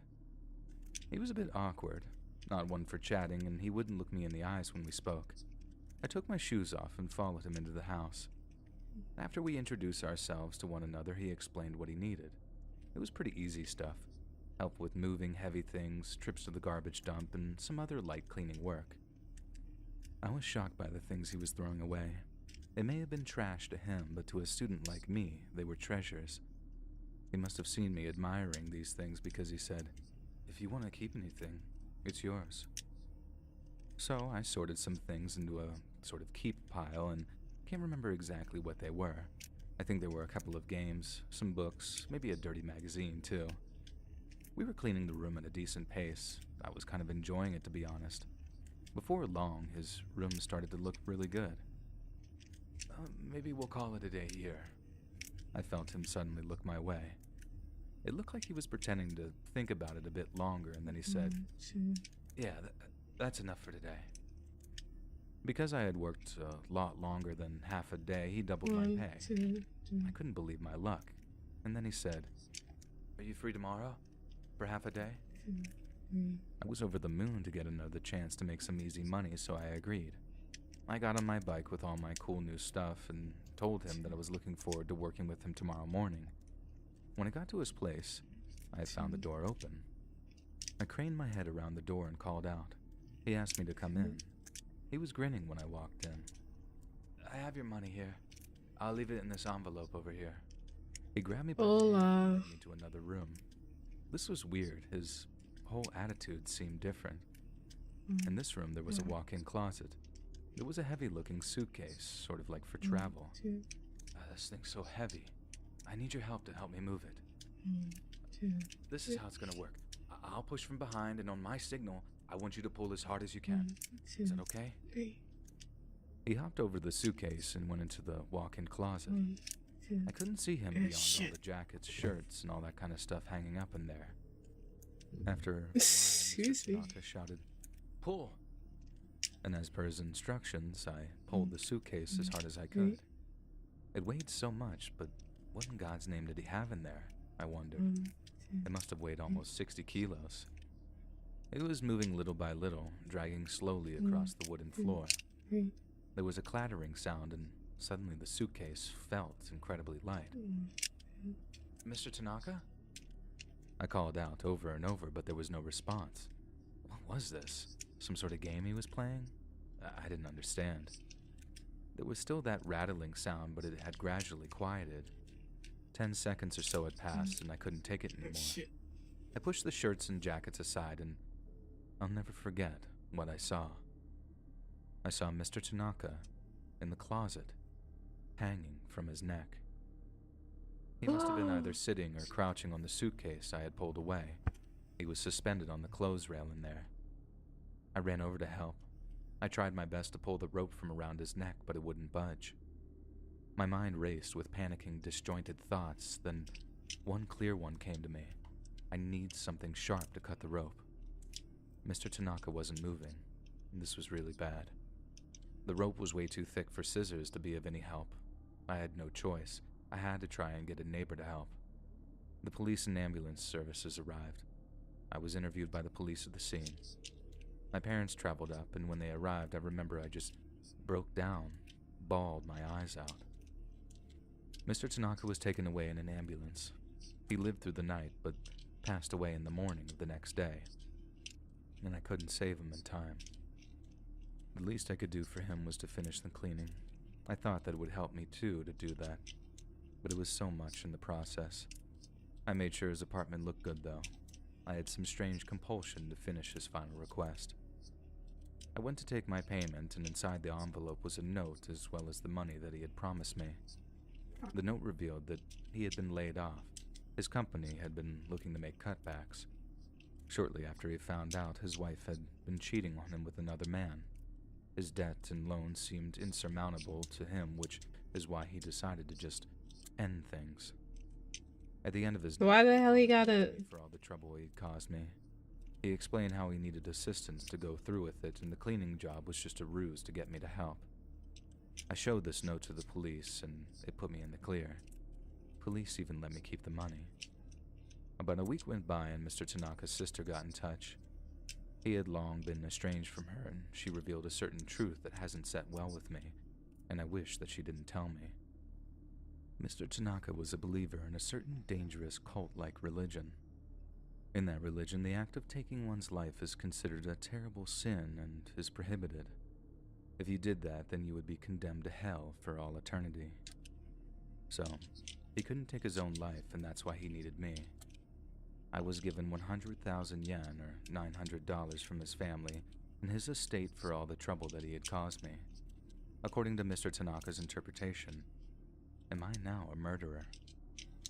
I wonder if I'll go to hell now for killing someone for 115,000 yen, or $1,050. You can share this story if you feel compelled, and I just want to thank you for listening.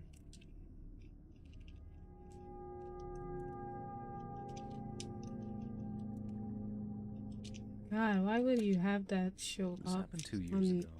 I was fairly new to the world of work, and I had just started working for a company. Back then at work, I was working late nights and early mornings. In fact, all of us really were.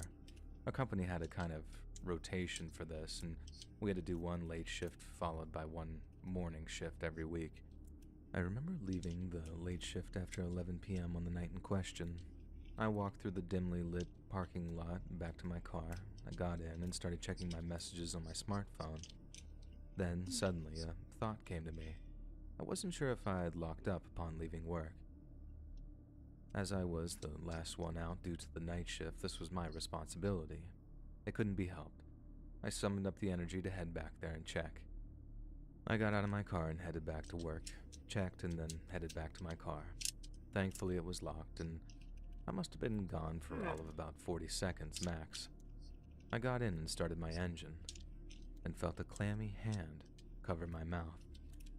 Then I felt a man's hot breath against my ear say, "If you keep your mouth shut, you don't die." I couldn't speak. I was terrified into silence. I just remember waves of panic crashing over me. My head was completely blank. I looked in the rearview mirror and nodded my head. I recognized the man behind me. He worked in the same company as me, but in a completely different department. I was surprised, and against his orders, I asked aloud, "Howard, why?" No, the words just came out of me. I had never really spoken with him before. He was just kind of a quiet guy, but I knew him, and he replied, "I've been interested in you since you started working here. If you don't say you're going to be mine, I'll kill you right here." Fearful for my life, I could do little else than nod in agreeance. He then pulled down the lever of my seat so my seat went flat and began attempting to drag me into the back seats towards him. I screamed for him to stop. "You said you don't like me," he mumbled. He was trying to pull my clothes off. I thrashed at him, and I think somehow in the scuffle, he hit something against the open passenger door, and this gave me enough time to get free. I ran back to the company building since I had the key. I got in there, and I locked myself in. I called a male colleague who left shortly after me and told him what had just happened. I know I should have called the police, but I was in such a panic. Fortunately for me, my colleague was still in the area, and he turned around immediately and headed back to work. With him around, I felt that I was safe to unlock the door. We went to the parking lot and searched for Howard, but couldn't find him anywhere. It was at this point that I filed a police report. I was absent from work for a while, and I decided to use my vacation time. I didn't want to go back there and have to talk to the gossipers. And while I was away, Howard was arrested. With this in mind, I was happy to go back to work as long as he wasn't there. I thought it was safe. When I came back to work, I was told that women were no longer going to be working the night shift alone, and the company offered to help me relocate if I wasn't comfortable working there any longer. My parents wanted me to do this, but I didn't. I actually liked the job. I didn't want to let that creep make me quit my job. I wanted him to know that I wasn't scared. Plus, with him arrested, I didn't think that I had anything to worry about. My company informed me on my first day back that he had been dismissed, and that was really good to hear. The police were in touch and they advised me to keep my doors locked and the usual safety precautions. They said that a momentary lapse in concentration almost cost me my life, and they told me to ruminate on that for a while.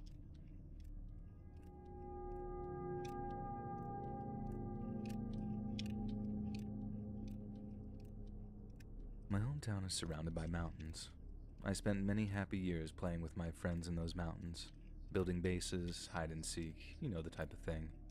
The thing I enjoyed doing the most was exploring. Those mountains felt as if they were ours. One afternoon, my friend circle had grown a little bored of the standard forest trails. We wanted a little more adventure, so we decided to go off the beaten path. A decision that we didn't know at the time could have been life-altering, or even life-ending. We wanted to walk where others hadn't, so we headed deeper into the mountainous woods. There were a few of us, and it was late in the summer. The trees provided a lot of shade, so it felt cooler than it was. Even as young as I was back then, I knew the risks that we were taking, so I brought something along to help us not get lost. I lifted this little spindle of string from the art room at my school. I tied the end to a tree close to the forest trail so that we would be able to find our way back. It felt like a foolproof idea at the time. The ground was really uneven off the trail. It was littered with stones and dead tree limbs. We didn't mind it really because it made us feel as if though we were on an expedition. We were out in the elements and there was nothing but the sounds of our labored breath and the distant trill of insects. It was amazing. After walking for about 10 to 15 minutes, we came across a small hill. We climbed the hill, and when we got down to the other side, it opened out into a kind of clearing. I distinctly remember a big rock there. We figured that this would be a great place to take 5 and drink some water. One of my friends brought along some candy, so we were just tearing into that. And while we were taking a break, I noticed something strange. I almost missed it, but once I spotted it, I had to just go over and take a closer look. There was a toy lying on the forest floor. It was a toy for kids a little younger than us. We were in the 4th grade at the time, and once I announced my discovery to my friends, they all came over to take a look, and our expedition turned into an investigation. It wasn't just the one toy. There were others. Hot Wheels cars, and someone found a doll. Fear crept up on me. Seeing these objects in a place that they really shouldn't be frightened me. Maybe it was because at my age, my toys meant the world to me and I'd never leave them lying around, especially not in the forest. I was worried that something had happened. We all stood around puzzled until one of my friends yelled out to us. He was pointing at something a little outside of the clearing. We all raced over to look at what he was pointing at. And this is where things became a little difficult to explain. There was a kind of altar constructed of clay-like mud. It was the weirdest thing. It was definitely a human construction. It didn't look natural. And this kind of altar construction was a hollowed-out section, and in that section was an object.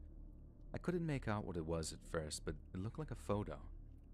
Well, that just meant that we had to find out what the photo was. The photo was dirty, and it looked as if though it had been out here for a while. The photo was of a girl. It looked as if though it was a commemorative photo, you know, like one that you might see at a graveside. That photo looked as if though it had been snatched right out of a cemetery. The forest around us, which was our background for the adventure, took on a different vibe. It seemed as if though we were somewhere we shouldn't be. It seemed as if all the calmness in our day had gone. I felt as if though someone could be out here with us, watching us. All of a sudden, I didn't want to be off the beaten path anymore. There was something so illogical about what we were looking at. The toys, the photo, the weird mud construction. It was just wrong. I wanted to run, and one quick glance at my friends' faces told me that they were on the same page. We followed the string back to the trail. We weren't in the mood to talk anymore, and I didn't feel like myself until I got out of those mountains. Since that day, I never played off the trail. I still have a general idea of how to get to the clearing where we found that weird altar, but I have no interest in returning. My mind tortures me with questions that I can't answer. Why was that photo there in such a remote location? And the toys? Was it some kind of grisly memento of something that happened to the girl of that photo? Were we looking at some felon's trophies? The other thought that comes to mind is that perhaps the family who lost that girl couldn't afford a burial, and through perhaps shame, they created their own memorial site in an isolated location where they could mourn without disturbance. If that's the case, it's heartbreaking. It didn't make sense. Nothing about what I saw that day all those years ago made sense, and this experience lives with me.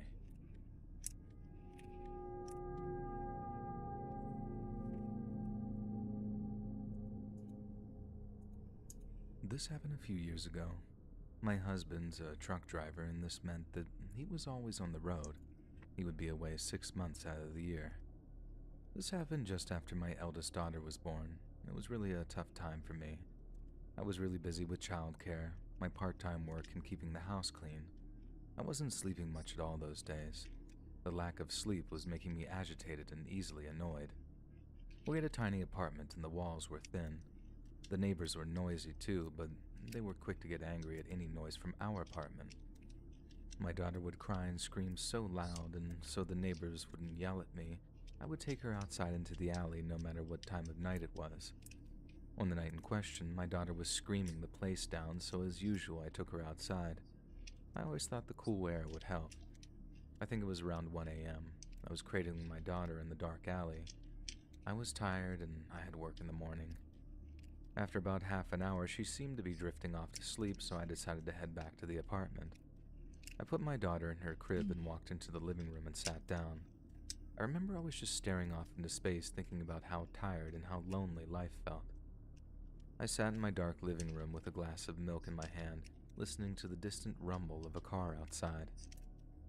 Then, I heard a weird noise. Something metal scraping against metal. It was weird, but I thought that it was a street noise, possibly from the cars driving up and down the street. I couldn't afford to pay it any attention, though. It wouldn't stop. I knew that I should have just gone in search of the source of the sound, but I just didn't have the motivation to get up. So from my chair, I leaned forward and took a look. It sounded like it was coming from the front door. I heard that metal scraping sound followed by a new squeaking sound. Then I saw my doorknob start to turn slowly. What? Was picking my lock. They might have been watching me in the alley or saw me go in. They must know that it's just me and my baby, alone. My heart began to thunder in my chest, and my hand was trembling so much that I spilled the milk all over the floor. I opened my mouth, but no sound came out. Please don't come in.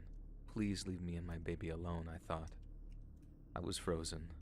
I couldn't move. I just kept my eyes focused on the door. The lock clicked. It was in that position to open. The door was now unlocked. I looked towards the chain. I usually forget to put the chain on the door. This time I hadn't forgotten, and my body allowed me to breathe. I knew I shouldn't get up and turn the light. Maybe just by doing that would be enough to frighten the intruder off. I don't know if that was just wishful thinking. I couldn't do it anyway. I was too scared to move. The handle to the door slowly opened, allowing street light into my apartment. I covered my mouth with my hand because I was beginning to hyperventilate. I had my other arm under my armpit, cradling my body, trying not to shake with fear so much. The door opened slowly, but stopped when the chain reached its full extent. In my mind, I was telling this faceless intruder that I had no money and nothing of value. Then, as if in answer to this prayer, as if by telepathy, the door slowly shut without a sound. Suddenly, as if I snapped out of some kind of hypnosis, I was awake and able to move. I hoisted myself up, but my legs were still like jelly. It was as if though I was getting up in installments. I needed to get to the door and lock it, but before my eyes, the door began to open again. Whoever was out there wasn't giving up. I felt despair in my heart when I saw a huge pair of bolt cutters emerge from the door and aim themselves at the chain. The chain was the only thing which was keeping the intruder out. This is where you die, I thought. This is the end. Then another voice told me to protect my daughter, and that voice was louder, stronger. I screamed, releasing all this pent-up aggression and frustration. I didn't care what would happen to me, but I needed someone nearby, in the building, to hear me and help me save my daughter. I wanted to make as much noise as possible. I hurled my glass of milk at the door with all my might. The glass actually hit the bolt cutters and the glass exploded everywhere. The owner of the bolt cutters seemed to be so startled that they dropped them and they landed with a clatter at the front door. Then, from behind the door, I heard the sound of someone running as fast as they could. After a while, I crept over to the door and kicked those filthy bolt cutters out and locked it, shaking with adrenaline as I did. I found out later that the university kid next door had heard my screams and came to check, but turned back when he saw that my door was locked and the lights were off. If he had knocked and come to check on me, there would have been no way in God's green earth that I would have answered. I cut my foot on some of the broken glass, and it took about an hour for the tremors to subside, and this is when I decided to call the police. To my surprise, the police arrived in a few minutes, and as soon as I saw the officer's face, I started to uncontrollably cry.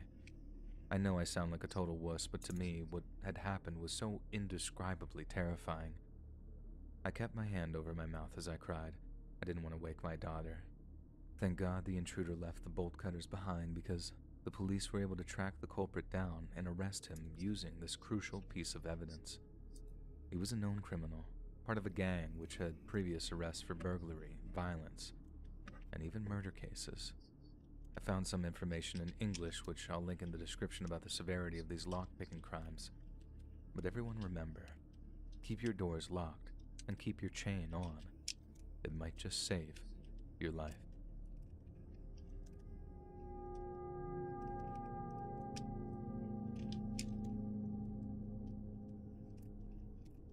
Stories about when I used to live on the streets as a homeless man. It was terrible doing so. The stares and the looks of disgust were nothing compared to the violence I endured.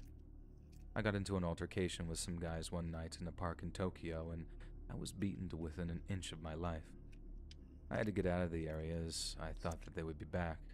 I remember moving from place to place, and it was all a bit of a blur. Somehow I ended up way up in the sticks, close to the mountains, and eventually I ended up living in an abandoned shrine. It wasn't so bad. I would walk down to the village and exchange my labor for food in the village. You might think that living in an abandoned shrine might be scary, but I can tell you that there was only one thing that I was scared of at that time, and that's people. I would offer my services to anyone who had any work available. I like to think of myself as a jack of all trades, an all-rounder. I would often go to ask people in the streets or go door to door trying to drum up some work. Once a guy asked me what services I could offer, and I said pretty much anything. He then pulled a gun out, cocked the trigger, and put it against my head. "It's loaded," he said. You can imagine how I felt, right? He put the gun away and said, "I just wanted to point a loaded gun at a human." And then he threw me some money my way and just left. I guess that the cash he threw was what he demanded the value of my life to be. Not long after that, a gang found out where I had been living, and they came late one night. When they found me, one said a phrase so off-putting that I don't think I'll ever forget it. "You have no human rights." He had already dehumanized me. They carried sticks, iron bars, and metal pipes and came at me. It was too late to escape, and when they were through, I was left with a broken leg. It was torture. At the same time I experienced such a lack of humanity, I also experienced the opposite. The farmer that I had worked for in the village brought food to me when he had heard about the gang attack and even paid for my hospital bills. If it wasn't for him, I probably wouldn't have been found, and I might have starved to death in my makeshift home. There was no way that I could have got down that mountain to the village with a broken leg. I owed that man my life. I asked if there was any way that I could repay him, and he just replied, why don't you try and grow some vegetables or something? Make yourself a living. Pay me back something when you get set up. There's no rush." I learned a lot about agricultural work from him. Even when he gave me a method to repay his generosity, I felt like I was still getting more than I was giving. The soil at the shrine was hard and not much would grow, but I was determined to pay him back. I would go to the river countless times a day to fetch water, and eventually I made some serious progress. This joy was short-lived, though. A group of people who were into urban exploration came to the abandoned shrine and trashed my little farm. They stomped all over my plants. Why? I had nothing, yet people still wanted to take from me, and something snapped in me. I felt robbed and I wanted someone to pay for it. I kept a 2x4 with me at all times. I decided to be ready for whoever wanted to mess with me. Living that way made me happy. Fight or flight, a return to animal instincts. I knew that all humans were capable of terrible acts, and I grew less trustworthy. I was always scared of spirits and ghosts, but humans are worse. It was at this point that I started seeing things. I thought the shrine was haunted. I decided if there was something else with me in the shrine, I wanted to be of service to the shrine since the farm wasn't working out. I had learned some carpentry skills when I was younger. I thought that I would try and clean up the place and mend some things. Maybe if the shrine looked a bit more maintained, it would keep the urban explorers and the gangs away. Being busy took my mind off of my hate for those who sought to hurt me. I started to speak to God or whatever the spirits that inhabited the shrine were.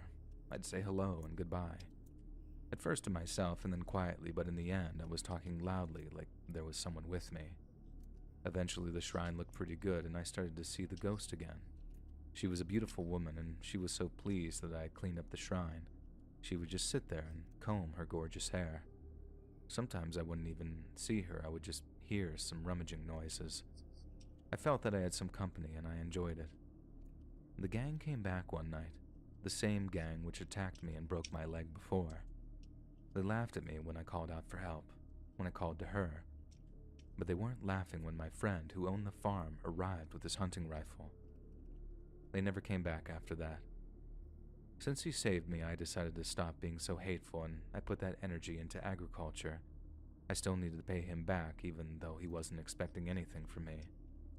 I was determined and through years of hard work, dedication and support from my friend, I managed to hone my skills. I found some land. Come on! Fucking game. I kept repeating. Now I own several plots and I have several employees. I usually offer work to those who are in the same positions as me, homeless. And as for my friend, I paid him back. I bought him several plots of land by the mountains. Finding a partner hasn't really worked out for me, but whenever I am down, I seem to dream about the spirit of the woman in the shrine.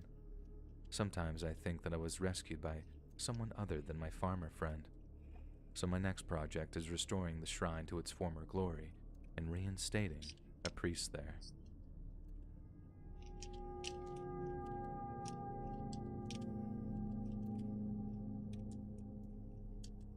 I work at a funeral home and we have a crematorium at work. This happened not too long ago, but I don't think I'll ever forget it. One morning I was sweeping the entranceway and a black SUV pulled into our parking area. A middle-aged man got out and I could tell that he was wealthy. I clocked the Frank Mueller watch on his wrist. Nice. He came over and inquired about a cremation service. Well, he literally said, "Can you burn a body for me?" I was taken aback by that statement. Normally, we're contacted by family members of the departed, and they don't always arrive with the body in their car. Then, of course, we need a certification of death and some other documentation.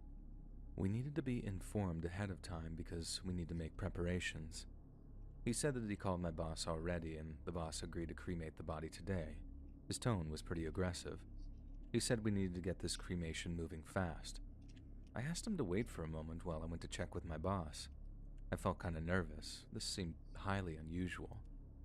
My boss was the director of the funeral hall, and he said that we have to do the cremation as fast as we can. This was really weird.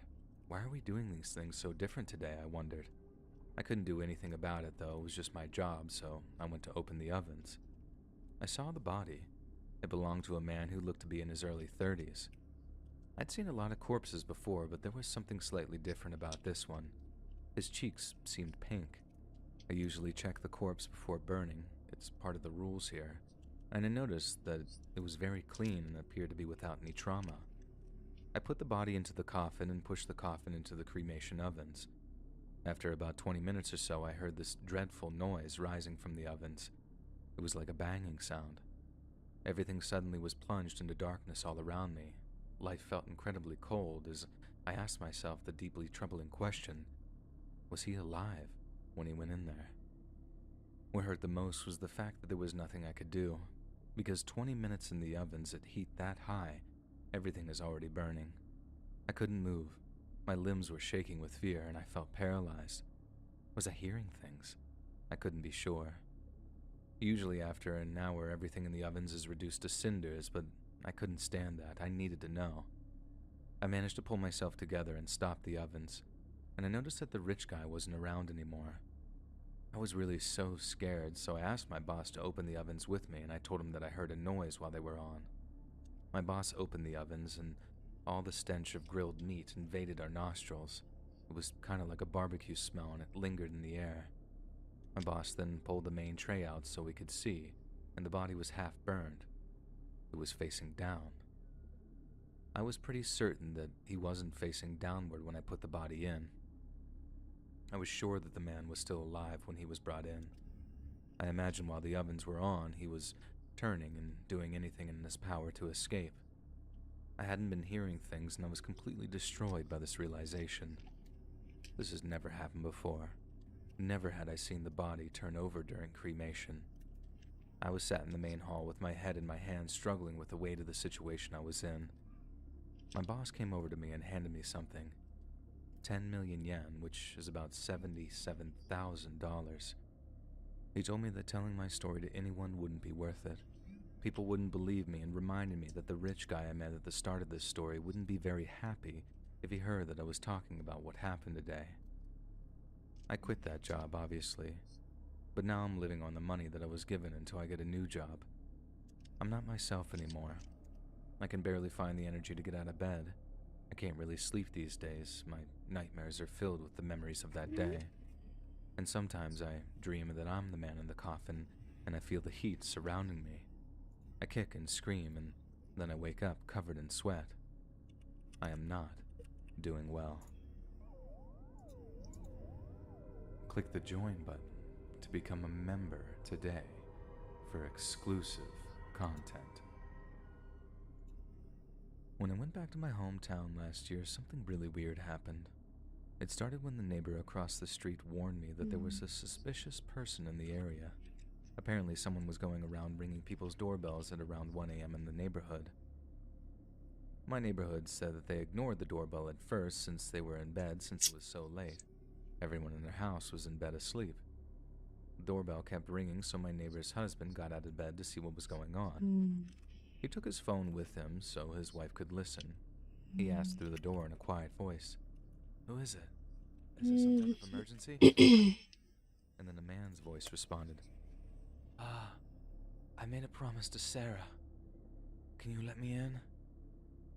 There was no Sarah in the house or my neighbor's family, and because it was a newly built house, there was no former resident called Sarah either. So he explained this to the stranger at the door and told him to get lost. "But it's a promise. I remember it well," the stranger said. "Well, I got a promise for you. If you don't go away, I'm calling the cops, okay?" The neighbor's husband called the cops anyway because the guy outside didn't show any signs of leaving. The police arrived quickly, but the man at the door was nowhere to be seen. So the neighbors warned us to be careful just in case he decided to come back. We spoke about it at dinner that night, and I remember my parents were making sure everything was locked when the sun went down. Later that night, my dad and I were in the living room watching TV. It was just after midnight, and the doorbell rang. I really didn't expect it, and I could tell neither did my dad. There we were, two full-grown men afraid of the doorbell. Before assuming that it was the weirdo who called at my neighbor's house, I actually went and checked. We didn't have a way to check outside, like those Ring doorbells, so I crept over to the curtains. I pulled the curtains back just enough to create a gap to look outside. Through the gap in the curtains, I saw a man wearing a hat and a big dark brown overcoat. He was wearing boots as well. His face was hidden by the turned-up collar of his overcoat, and I couldn't really see his face. I watched as he pushed the doorbell again. My dad whispered to me to not get caught looking at the guy, so I immediately shut the curtain. This guy was definitely suspicious, there was no doubt. I mean, you wouldn't want a guy like that at your door, let me put it that way. We decided to call the police since the neighbors were already worried about the guy, but until the police arrived, we thought that we would keep him busy since last time he seemed to bolt. For about 3 minutes straight, he rang our doorbell. He was so persistent. My dad had had enough of this, so he went out to the hallway and approached the door. He stood before the frosted glass and asked, "Who are you?" "I'm the guy who promised to meet Sarah." "What's your name?" Well, is this an emergency?" "I promised Sarah. I really want to come in." The guy talked in circles. Of course, there was no Sarah in our house either. If you told them that, though, he would just keep talking about his promise. It got you nowhere. He kept saying that he remembered his promise. While this was going on, I called the police discreetly. I wanted to see this guy get taken away, but he left before the police car arrived. We then heard the knocking at the door, and it was a police officer. We have a door in front of the actual front door to our house, kind of like a porch. I was amazed to hear the knocking from the officer on our actual front door and not on the porch door. When the weird guy was at the door, I was certain that the porch door was shut and I didn't hear it open or close when he left. This door can only be locked from the inside. How was that possible, I wondered. It creeped me out, but my dad didn't seem to care all that much. He calmly explained the situation to the officer. He gave a really accurate description of the guy too and informed the cop that this happened to the neighborhood last night. The officer said that he hadn't seen anyone suspicious in the area, and this guy knew how to get away and fast. However, there were footprints in the snow. The cop said that he would follow them and see if he could find anything. He promised that there would be an increase in patrols and asked us to report back to him instantly if the guy came back. He cautioned us, said to try and avoid going out alone late at night and to double and triple check the doors that they were locked. This cop wasn't a new guy, and he was older than my dad, and something about this situation had him spooked, and I was getting really nervous. There was something very sinister about this guy looking for Sarah. My mother watched the whole thing.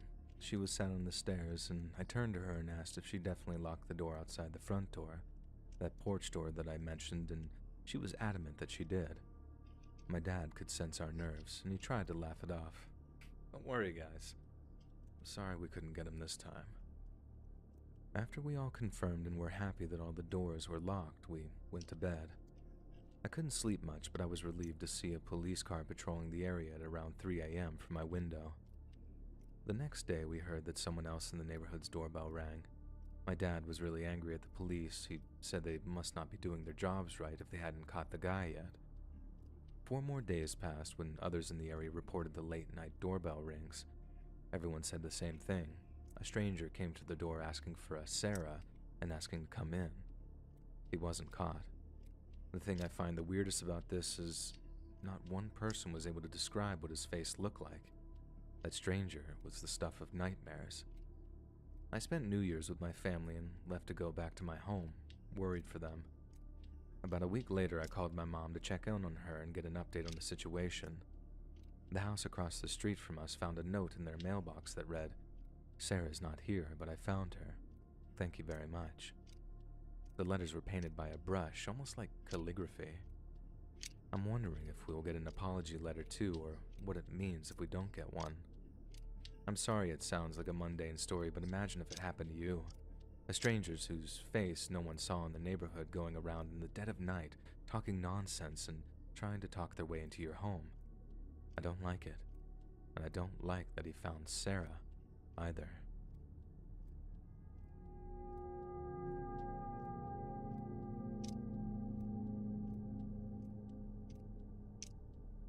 This happened when I was 25. I'm a female and I've been dating a guy for about a year. Things were going great, so he asked me to meet his parents. He invited me to have dinner at their family home. It was at his parents' house where something unimaginable happened. My boyfriend was from the countryside and his family still lives there. From where I lived, it took 3 hours to get there by car. When I finally got to meet them, my boyfriend's attitude towards me changed dramatically. It really surprised me. He was usually quite the gentleman, but in front of his parents he addressed me with such terms like you and oi. Just downright rude. He shouted at me using these words like he was commanding me or something. He had never treated me like this before, but since I was in his parents' home, I just put up with it and gave him the benefit of the doubt. I mean, what else could I have done? I didn't want to make a scene or embarrass him. I could see where he got it from. His dad was throwing his weight around and bossing everyone around. His father shouted some command at his mom when she was doing something not quite to his liking, and it was pretty harsh. I looked over at her, and she just kept her head down and did as she was told, like this was totally normal. His family were giving off some seriously suspicious vibes. I was starting to really regret coming, and it was so awkward and intimidating. At dinner, his father stared at me and said, "When you get married, you live here." It caught me off guard. It wasn't a question. It wasn't a joke. It was a demand. I just focused on cutting my food and waiting for my boyfriend to speak up for me, but he never did. So eventually I just said, "Well, I haven't made any decisions about that yet." His dad glared at me. He looked so angry and said, "If you marry my son, you'll live here. Got it?" And he shouted at me, aghast. I stared at my boyfriend, and he must have felt my eyes pleading with him for some sort of help or defense, but he was just as silent as his mother. It killed me when he looked at his father and just nodded. Now, more to the point, my boyfriend had never mentioned marriage to me before, so I was totally shocked by this. And to be honest, our relationship has had its rocky moments. They started speaking of specific dates for a wedding, and the pressure was starting to intensify. Later, after dinner, when I was alone with my boyfriend, I said, "Hey, I feel a bit sick, and I want to go home. Something isn't quite right." He didn't say anything, so I decided to start gathering up my things to head home by myself. Just as I turned to leave, he grabbed my arm. "Are you running away?" He boomed. He had totally changed. It was like I didn't know him at all. He forced me back into his childhood bedroom, and he overpowered me. He shut the door on me and locked it. I beat on the door and screamed for someone to let me out. I was making so much noise, there was no way that no one else in the house wouldn't have heard me. Things got worse when I realized that I had left my phone on charge downstairs. I couldn't do anything. I literally was a prisoner, and I was stunned. After a while, the door unlocked and my psycho boyfriend's mom entered the room. I was pleased to see her. I thought that she had come to my aid, but my hopes were dashed instantly when she handed me some papers. "Sign this." It was a marriage certificate. "If you do, you can go," she said in a monotone voice. It was the real deal. "I won't sign that. I'll never marry him." "You think you can escape, do you? Well, go on. Try your best." She asked me to sign it again, and I told her where to go. She got up, walked out of the room, and locked the door again. I needed to stay calm. I was terrified, sure, but I needed to keep my composure if I had a chance of getting out. I decided to wait until it was the dead of night, and I turned all of the lights off in the room and kept as still as possible. Before shutting off the lights, I figured the window would be my best and only option for escape. I would just have to deal with getting an injury if it happened. I opened the window and managed to climb down into the porch roof silently. It truly was amazing. I walked the whole night through to reach the train station, fearing for my safety, looking over my shoulder for that crazy mother and father. Days and weeks passed after this incident. I got email after email from my boyfriend. "You think that's the last of us? You really think you can get away? We'll not forgive this." Because I was living on my own at the time, I was too terrified to go back to my apartment alone. I asked friends and relatives to let me stay with them. I pleaded with them. One friend who lived quite far from where I met my boyfriend allowed me to stay with them, and I felt safer. With the help of a lawyer and a support group, I achieved what he told me was impossible. I escaped from him and his family. I hear from friends and neighbors from my old life. They say that they have seen him hanging around my former apartment and my old hangouts. Even though I live miles and miles away from him now, I'm still worried that he'll find me or find a way to hurt my family.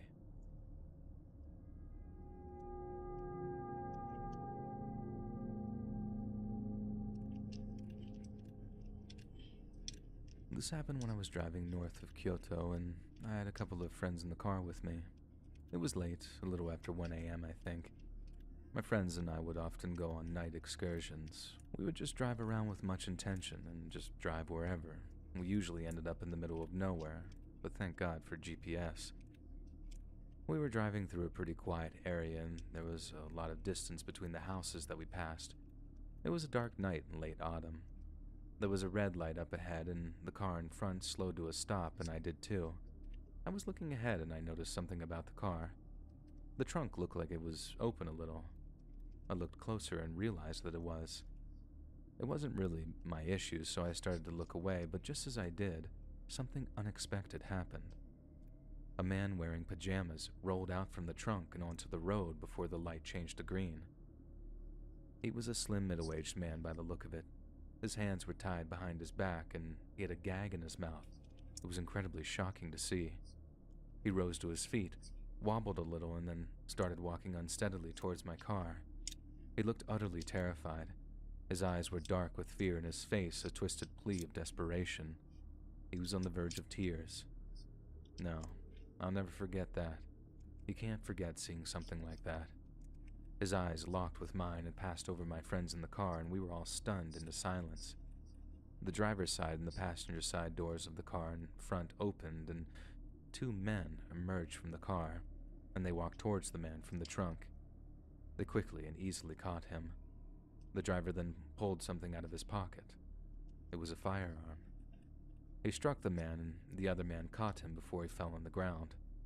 It was raining that night, and all the windows of the car were shut, but we could all hear the sound of the butt of that gun connecting with the man in the pajama's head.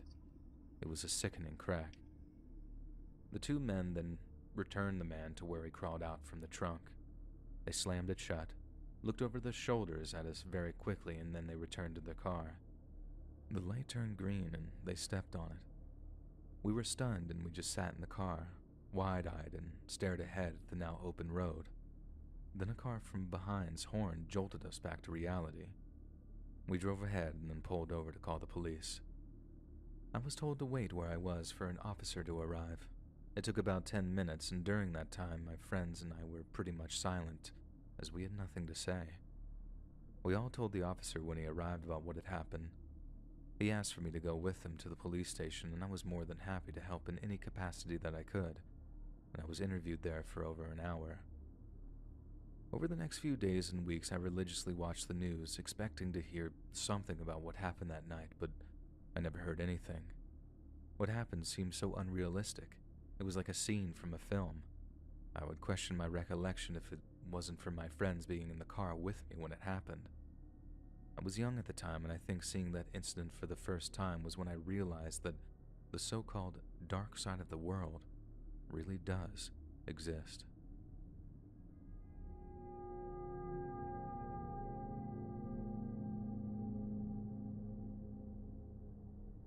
This happened when I was 14. I'm 34 now, and this is a story about a relative of mine, and we'll just call her Mrs. A. When I was a child, Mrs. A's husband passed away.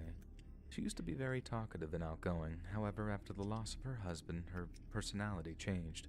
She became very quiet and distant.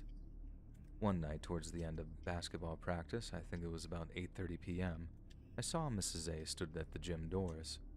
Although I hadn't seen her for quite a few years, I recognized her.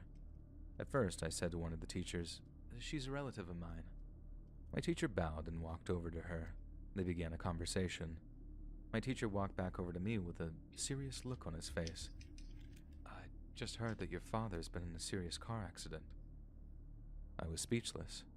"Your relative over there has come to take you to the hospital. Please go ahead." I was mortified. I managed to get into Mrs. A's car.